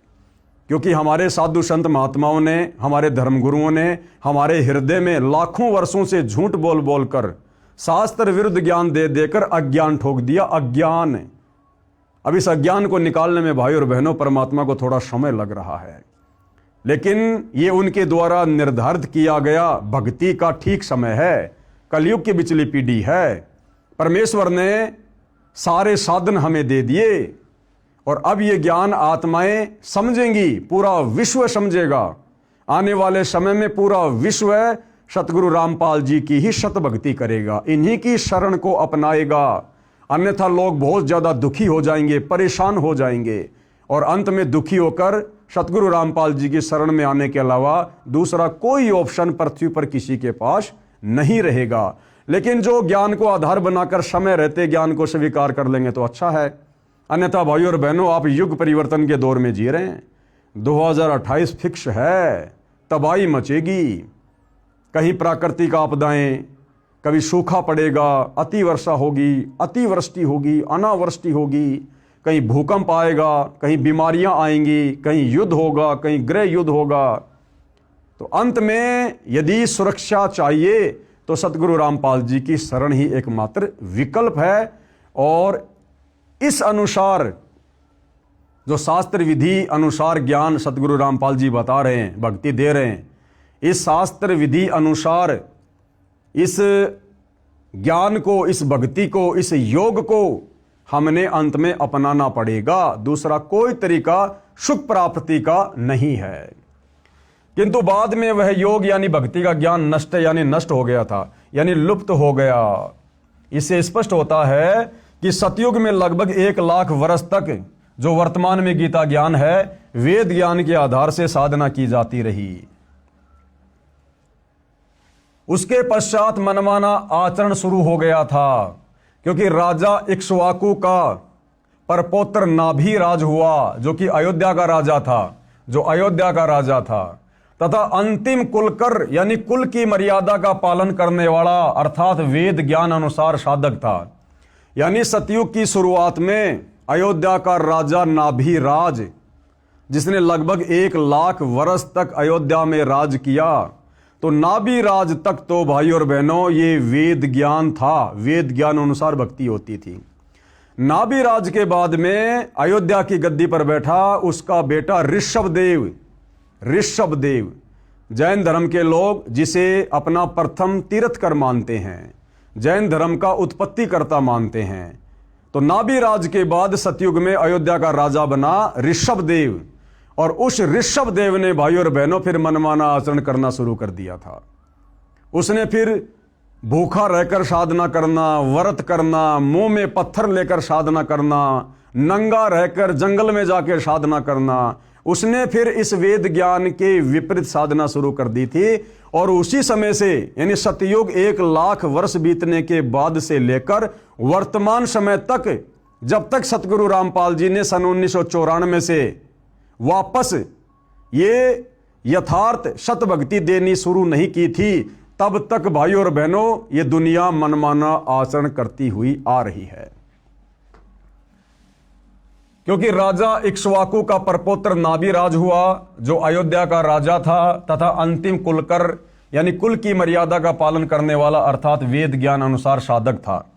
उसके बाद नाभिराज का पुत्र राजा ऋषभदेव हुआ, जो जैन धर्म का प्रथम तीर्थकर हुआ, जिसने शास्त्र विधि त्याग कर मनमाना आचरण करके साधना की, भक्ति की।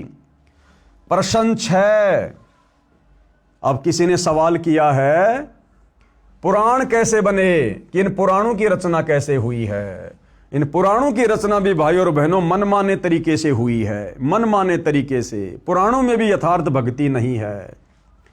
उत्तर कृपया ध्यान दें, यह वेद ज्ञान यानी जो गीता में बताया गया है सतयुग के प्रारंभ में यानी शुरुआत में, यानी लगभग 1 लाख वर्ष सतयुग बीत जाने के बाद ही समाप्त हो गया था। इसका प्रमाण कहां है? इसका प्रमाण है जैन संस्कृति कोश, यानी जैन समाजियों की एक पुस्तक है जैन संस्कृति कोश नामक पुस्तक, जिसके लेखक हैं प्रोफेसर भागचंद जैन भास्कर, सन्मति प्राच्य शोध संस्थान नागपुर कला एवं धर्म शोध संस्थान वाराणसी। इसके प्रकाशक हैं डॉक्टर प्रेम शंकर द्विवेदी। डॉक्टर भागचंद्र जैन भास्कर के पेज नंबर 176 पर लिखा है कि इक्ष्वाकु के वंश में राजा नाभिराज हुए, उनके पुत्र ऋषभदेव जी हुए जो अयोध्या के राजा थे। ऋषभदेव राज त्याग कर 1 वर्ष तक निराहार रहे, यानी भूखे रहे, व्रत किया। अब ये व्रत करना ना गीता में है ना वेद में है। तो ये राजा ऋषभदेव से पाखंड इस भक्ति में शुरू हो चुका था, मनमानी भक्ति इन्होंने करनी शुरू कर दी थी। यानी कुछ नहीं खाया, फिर जंगल में चले गए, 1000 वर्ष तक घोर तप किया। अब ये घोर तप करना ना गीता में लिखा है ना वेदों में।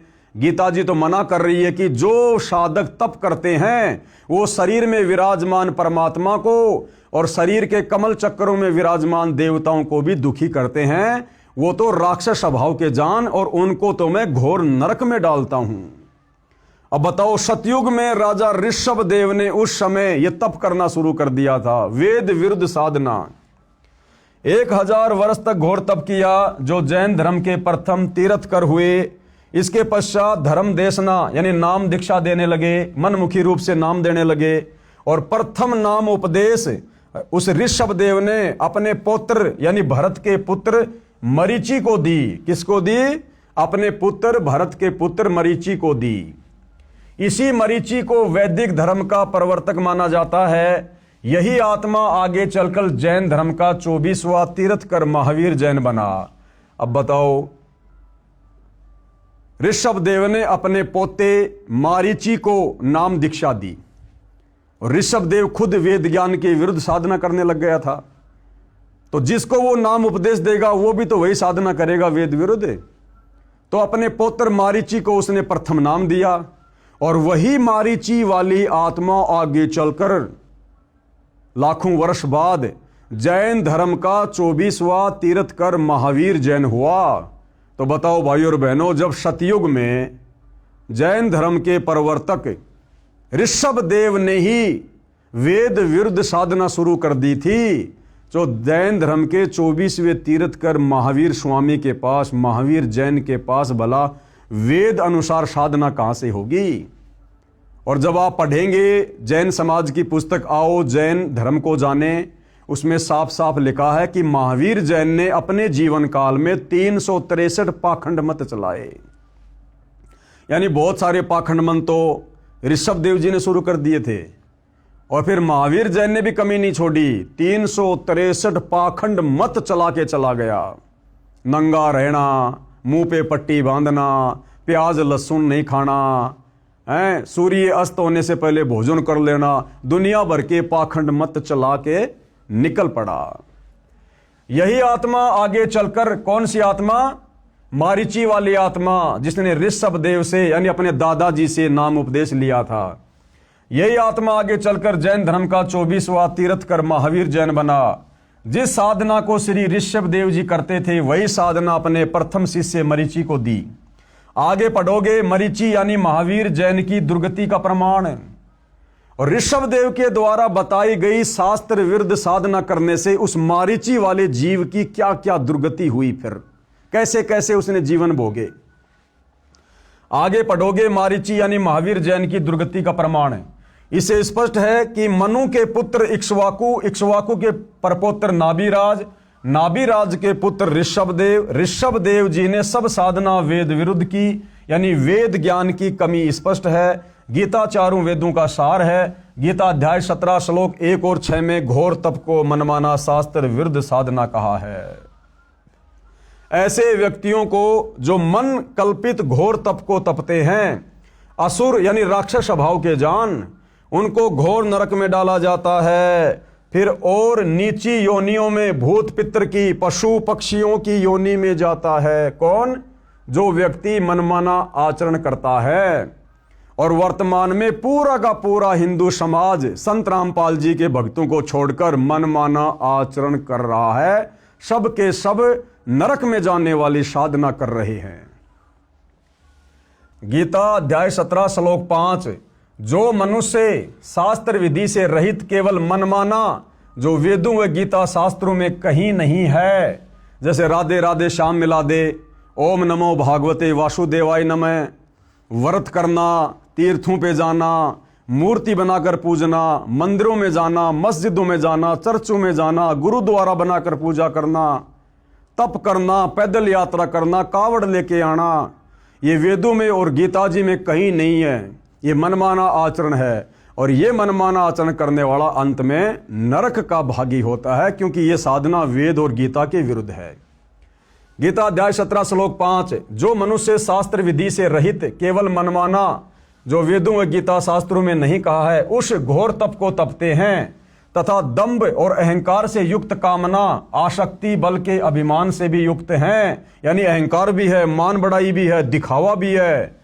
गीता अध्याय 17 श्लोक 6, शरीर रूप से स्थित भूत समुदाय को, शरीर में असंख्यों सूक्ष्म जीव हैं, उन प्राणियों को और अंतःकरण में स्थित मुझको दुखी करने वाले यानी अधिक कष्ट देने वाले हैं, उन अज्ञानियों को तू आसुर यानी राक्षस स्वभाव वाले जान। यानी जो व्यक्ति वेद और गीता विरुद्ध साधना करता है, जो व्यक्ति तत्वदर्शी संत की शरण में आकर शास्त्र अनुकूल सत भक्ति नहीं करता, भाई गीता ज्ञानदाता कह रहा है कि वो तो राक्षस स्वभाव को धारण किया हुआ मनुष्य में नीच व्यक्ति है, उसको तो मैं घोर नरक में डालूंगा।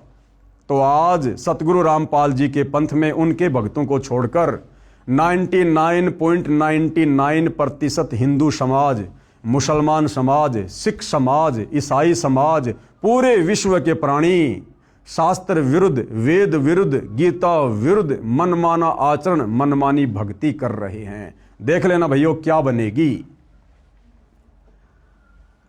ऋषियों ने मनमाना आचरण तथा कुछ वेद के आधार से ओम नाम का जाप किया तथा हठ योग, घोर तप किया, समाधियां लगाई, अपनी अपनी साधना का अनुभव बताना शुरू किया, शिष्य बनाने लगे।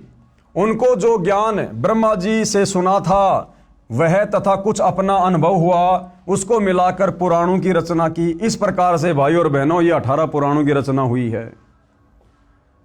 ये वेद अनुसार साधना तो सतयुग की शुरुआत में नष्ट हो गई थी। उसके बाद में सुना सुनाया ज्ञान और मनमानी भक्ति आगे चलने लगी।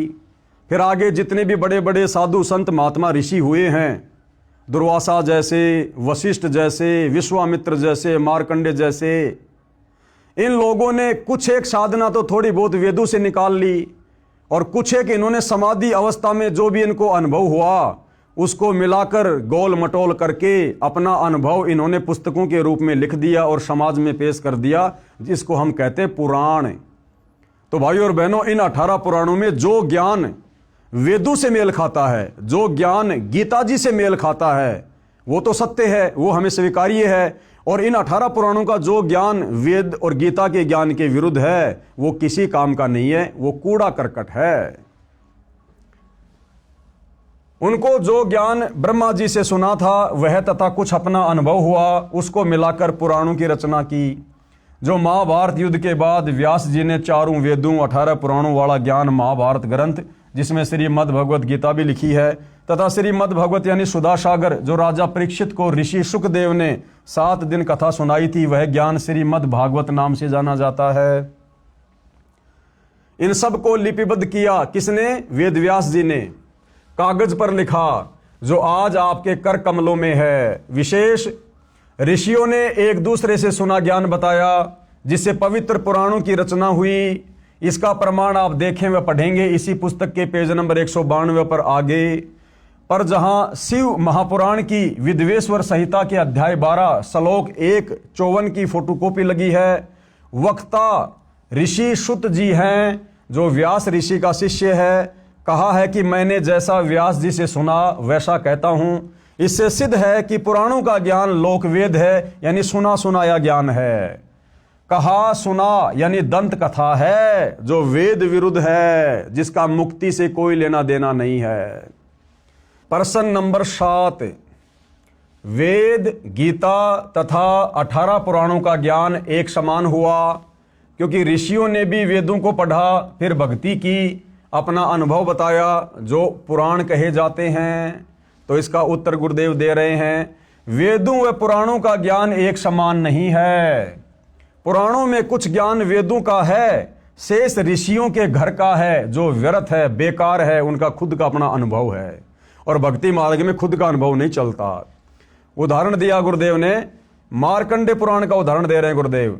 अध्याय रोचे ऋषि की उत्पत्ति कथा प्रश्न 250 पर कहा है कि एक रुचि ऋषि था, जो वेदों को पढ़ता था।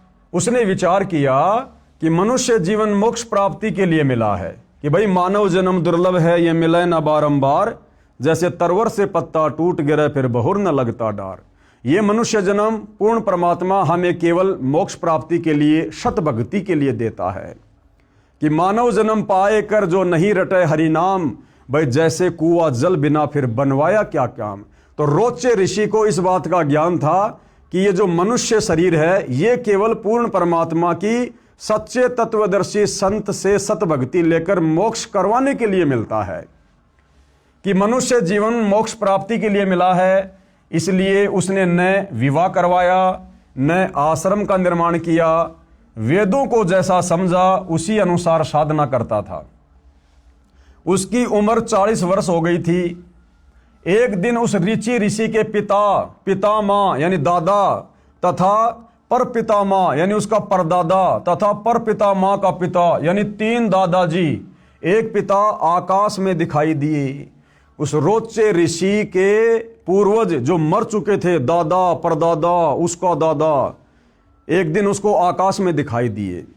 उससे पहले वो रोचे ऋषि वेदों के अनुसार सत भक्ति कर रहा था, लेकिन उसके पूर्वजों ने जो भूत बने हुए थे, उन्होंने उसको वेद विरुद्ध साधना पर लगा दिया। तथा परपितामह का पिता यानी 3 दादाजी, एक पिता आकाश में दिखाई दिए। बोले, बेटा रुचि, तूने विवाह क्यों नहीं करवाया? हमारे श्राद्ध कर्म पिंडदान क्यों नहीं कराया? बेटा हम पितर बने हैं, हमारे कर्मकांड करो। क्योंकि रोचे ऋषि के दादा ने परदादा ने वेद विरुद्ध साधना की, मनमाना आचरण किया, और फिर वो भूत बन गए, प्रेत बन गए। पितर बन गए, कष्ट भोग रहे थे। तो वो सारे के सारे रोचे ऋषि को दिखाई दिए और उसको क्या कहा कि बेटा रुचि, तूने विवाह क्यों नहीं करवाया, हमारे श्राद्ध कर्मकांड पिंडदान क्यों नहीं कराए, जबकि वेदों में और गीता में ये पाखंड करने के लिए कोई आदेश नहीं है। बेटा हम पितर बने हैं, भाई सत भक्ति करते पितर क्यों बने, हमारे कर्मकांड करो। रुचि ऋषि बोला, हे पिता, हे पितामहे, वेद में कर्मकांड को अविद्या कहा है, यानी मूर्खों का कर्म बताया है वेदों में। श्राद्ध निकालना, पितर पूजना, यानी मूर्खों का कर्म बताया है, ये नहीं करना चाहिए। पितर बोले, बेटा ये सत्य है। वो पितर क्या कह रहे हैं कि बेटा रुचि, बिल्कुल वेदों में ऐसा ही लिखा है कि श्राद्ध नहीं निकालने चाहिए, ये पितर पूजा नहीं करनी चाहिए, कोई भी कर्म कांड नहीं करना चाहिए। पितर बोले, बेटा ये सत्य है कि वेदों में कर्मकांड यानी भूत पूजा, पितर पूजा, देव पूजा को अविद्या यानी मूर्खों की साधना कहा है। आप जिस मार्ग पर लगे हो, वो पूर्वज कहने लगे कि बेटा रुचि, आप जिस मार्ग पे लगे हो ना, जो वेदों के अनुसार साधना कर रहे हो, यह मोक्ष मार्ग है। बेटा हम बहुत दुखी हैं, हमारा कर्मकांड कर विवाह करवाओ। चारों पितर भी ऋषि थे, इन्होंने वेद विरुद्ध भक्ति की, जिस कारण से पितर योनि में कष्ट उठा रहे थे, अपना जीवन नष्ट किया, अपने बच्चों को सुमार्ग छुड़वाकर, यानी रोचे ऋषि जो वेदों के अनुसार साधना कर रहा था, सुमार्ग पर लगा हुआ था, उन पितरों ने अपने उस बच्चे का सुमार्ग छुड़वाकर कुमार्ग में धकेल दिया। उसको डरा के, धमका के, लोभ लालच दे के कि पितर तेरा ये भला कर देंगे, पितर तेरा ये कर देंगे। और गुरुदेव कहते हैं वो पितर खुद तो भूखे मर रहे हैं, बता रुचि ऋषि का भला क्या भला कर देंगे। लेकिन उस वेद अनुसार साधना पर लगे हुए रुचि ऋषि को भी उन पितरों ने भ्रमित कर दिया और वेद विरुद्ध साधना पर लगा दिया, कर्म कांड में लगा दिया। रुचि ऋषि ने विवाह करवाया, एक पुत्र हुआ, उसका रोचे नाम रखा। अब इस कथा का क्या सार है, गुरुदेव हमें वो समझाना चाहते हैं। इस कथा का सार क्या है? रुचि ऋषि ने कहा कि कर्मकांड यानी पितर पूजा, भूत पूजा, देव पूजा को वेदों में गलत बताया है। पितर भी ऋषि थे, वेद याद कर रखे थे, पढ़ते भी थे, वे तुरंत मान गए कि वेद में ऐसा ही लिखा है। यह जो वेद ज्ञान है ये वेदों से लिया सत्य है, परंतु कर्मकांड ऋषियों के घर का है। ये ऋषि क्या करते थे, ज्ञान तो वेदों का बताते थे, लेकिन ये कर्मकांड अपनी तरफ से करवाते और करते थे। ये वेदों से लिया सत्य है, परंतु कर्मकांड ऋषियों के घर का है, नरक का मार्ग है, ये हमने नहीं करना है। गीता अध्याय 9 श्लोक 25 में वेद ज्ञान इस प्रकार है। अब भाइयों और बहनों, गीता अध्याय 9 श्लोक नंबर 25 में ये पितर पूजने के विषय में, भूत पूजने के विषय में, श्राद्ध निकालने के विषय में क्या दिशा निर्देश हैं। देवताओं को पूजने वाले देवताओं को प्राप्त होंगे, यानी जो लोग देवी देवताओं की पूजा करते हैं, जिन देवी देवताओं की पूजा करने के लिए गीता जी मना कर रही है, गीता अध्याय 7 श्लोक नंबर 12 से 15 में वेद मना कर रहे हैं, तो जो व्यक्ति देवी देवताओं की पूजा करेगा, मरने के बाद वो देवी देवताओं के लोक में चला जाएगा और उनका नौकर बनेगा, थोड़े बहुत समय रहेगा, फिर नरक में ठोक दिया जाएगा। और पितरों को पूजने वाले यानी श्राद्ध निकालने वाले, पिंडदान आदि करने वाले, ये पितरों को प्राप्त होंगे, यानी जहां उनके पूर्वज बैठे हुए हैं वो भी वहीं जाकर पितर बन जाएंगे, अपना जीवन बर्बाद करेंगे, यानी पितर बनते हैं। और भूतों को पूजने वाले यानी 13वीं महीना वाली क्रिया, अस्थि उठाकर गंगा में प्रवाह करना, श्राद्ध आदि करना, भूतों को प्राप्त होते हैं, यानी वो प्रेत बनते हैं। मेरा पूजन करने वाले मुझे प्राप्त होंगे। कौन कह रहा है? काल ब्रह्म कह रहा है कि मेरा पूजन करने वाले मेरे को प्राप्त होंगे। तो काल ब्रह्म की पूजा करने वाला कहाँ जाएगा? उसके ब्रह्मलोक में जाएगा। ब्रह्मलोक में जाने के बाद फिर वो जन्म मरण में आएगा। तो 21 ब्रह्मांड में भाइयों और बहनों काल तक की पूजा से मोक्ष नहीं है। ये सारी बातें कहाँ लिखी है? गीता अध्याय 9 श्लोक नंबर 25 का सारांश है ये। जैन संस्कृति कोश पुस्तक के पेज नंबर 176 पर लिखा है कि राजा नाभि राज अंतिम कुल कर थे, यानी सतयुग में राजा नाभिराज अंतिम राजा थे जो वेदों के अनुसार साधना किया करते थे। कुलकर का अर्थ है जो अपने कुल की मर्यादा के अनुसार धर्म करता था। उसके बाद तो खाली झूठी फीत लगाई थी रामचंद्र जी के नाम के आगे, पुरुषोत्तम पुरुषोत्तम। ये मर्यादा ये तो सतयुग में 1 लाख वर्ष के बाद राजा नाभिराज के बाद समाप्त हो चुकी थी। अयोध्या के राजा नाभिराज थे। नाभिराज इक्ष्वाकु वंशी था, वेदों अनुसार साधना करता था, वह अंतिम था। उसके पश्चात उसके पुत्र ऋषभ देव जी ने वेद के विरुद्ध मनमाना आचरण प्रारंभ किया। 1 वर्ष तक निराहार रहा यानी भूखा रहा तथा 1000 वर्ष तक घोर तप किया। इससे सिद्ध हुआ कि ऋषिजन नाभिराज के पश्चात उसी इक्ष्वाकु कुल में ऋषभ देव हुए जो नाभिराज के पुत्र थे। वे उसी समय से ही शास्त्र विधि त्याग कर मनमाना आचरण करने लगे थे, यानी वेदों के विरुद्ध साधना करने लगे थे। इस पुस्तक के लेखक प्रोफेसर भागचंद्र जैन भास्कर जी हैं तथा प्रकाशक है डॉक्टर प्रेम शंकर द्विवेदी व डॉक्टर भागचंद्र भास्कर हैं। इस पुस्तक के पेज नंबर 175 से कुछ अंश इस प्रकार है। इस तरह ऋषभ देव जी के विषय में निष्कर्ष रूप कह सकते हैं, ऋषभ देव के पुत्र मरीचि यानी भरत के पुत्र को पुराण में वैदिक धर्म का प्रवर्तक माना गया है। यही मरीचि जैन परंपरा में आगे चलकर महावीर यानी वर्धमान बना। पेज नंबर 175 से 177 से कुछ अंश जो इस प्रकार हैं। अब भाइयों और बहनों, वो मरीचि वाली आत्मा जिसने सतयुग में अपने दादा ऋषभ देव से नाम उपदेश लिया था, जो ऋषभ देव वेद विरुद्ध साधना किया करता था, और वही मारीची वाली आत्मा आगे चलकर महावीर जैन बना, जैन धर्म का 24वां तीर्थकर बना। अब सतयुग से वो मारीची वाली आत्मा किन किन योनियों में कितने कष्ट उठाती हुई आगे बढ़ी। 20 करोड़ बार गधा, 30 करोड़ बार कुत्ता, 10 करोड़ बार हाथी, कभी नपुंसक बना, कभी पेड़ पौधे की योनियां प्राप्त की, कभी वो बिल्ली बना, कभी देवता बना बीच बीच में। यानी कैसी कैसी दुर्गति उस मारीची वाली आत्मा की हुई, जिस मारीची वाली आत्मा ने ऋषभ देव से उपदेश लेकर भक्ति शुरू की थी। तो भाइयों और बहनों, वर्तमान में जितने भी जैनी हैं तो इनका क्या हाल होगा अगर इन्होंने सतगुरु रामपाल जी को अपना गुरु धारण करके और ये शास्त्र विधि अनुसार सत भक्ति शुरू नहीं की। तो भाइयों और बहनों, उस मारीची वाली आत्मा का फिर आगे चलकर क्या हुआ, वो सारा का सारा इतिहास हम कल रात्रि 9 बजे इसी पवित्र पुस्तक से, जिसका नाम है हिंदू साहिबान नहीं समझे गीता वेद पुराण, जो परम पूज्य परमेश्वर सतगुरु रामपाल जी ने अपने कर कमल से लिखी है, कल रात्रि 9 बजे दास के Facebook page Pawan Das is live पर सभी भाई बहन लाइव जुड़िए। आगे का संदेश हम कल समझेंगे। तो आज के वीडियो में केवल इतना ही। गुरुदेव भगवान हम सबको आशीर्वाद दे, हमारा मार्गदर्शन करें। बंदी छोड़ सतगुरु रामपाल जी भगवान की जय हो।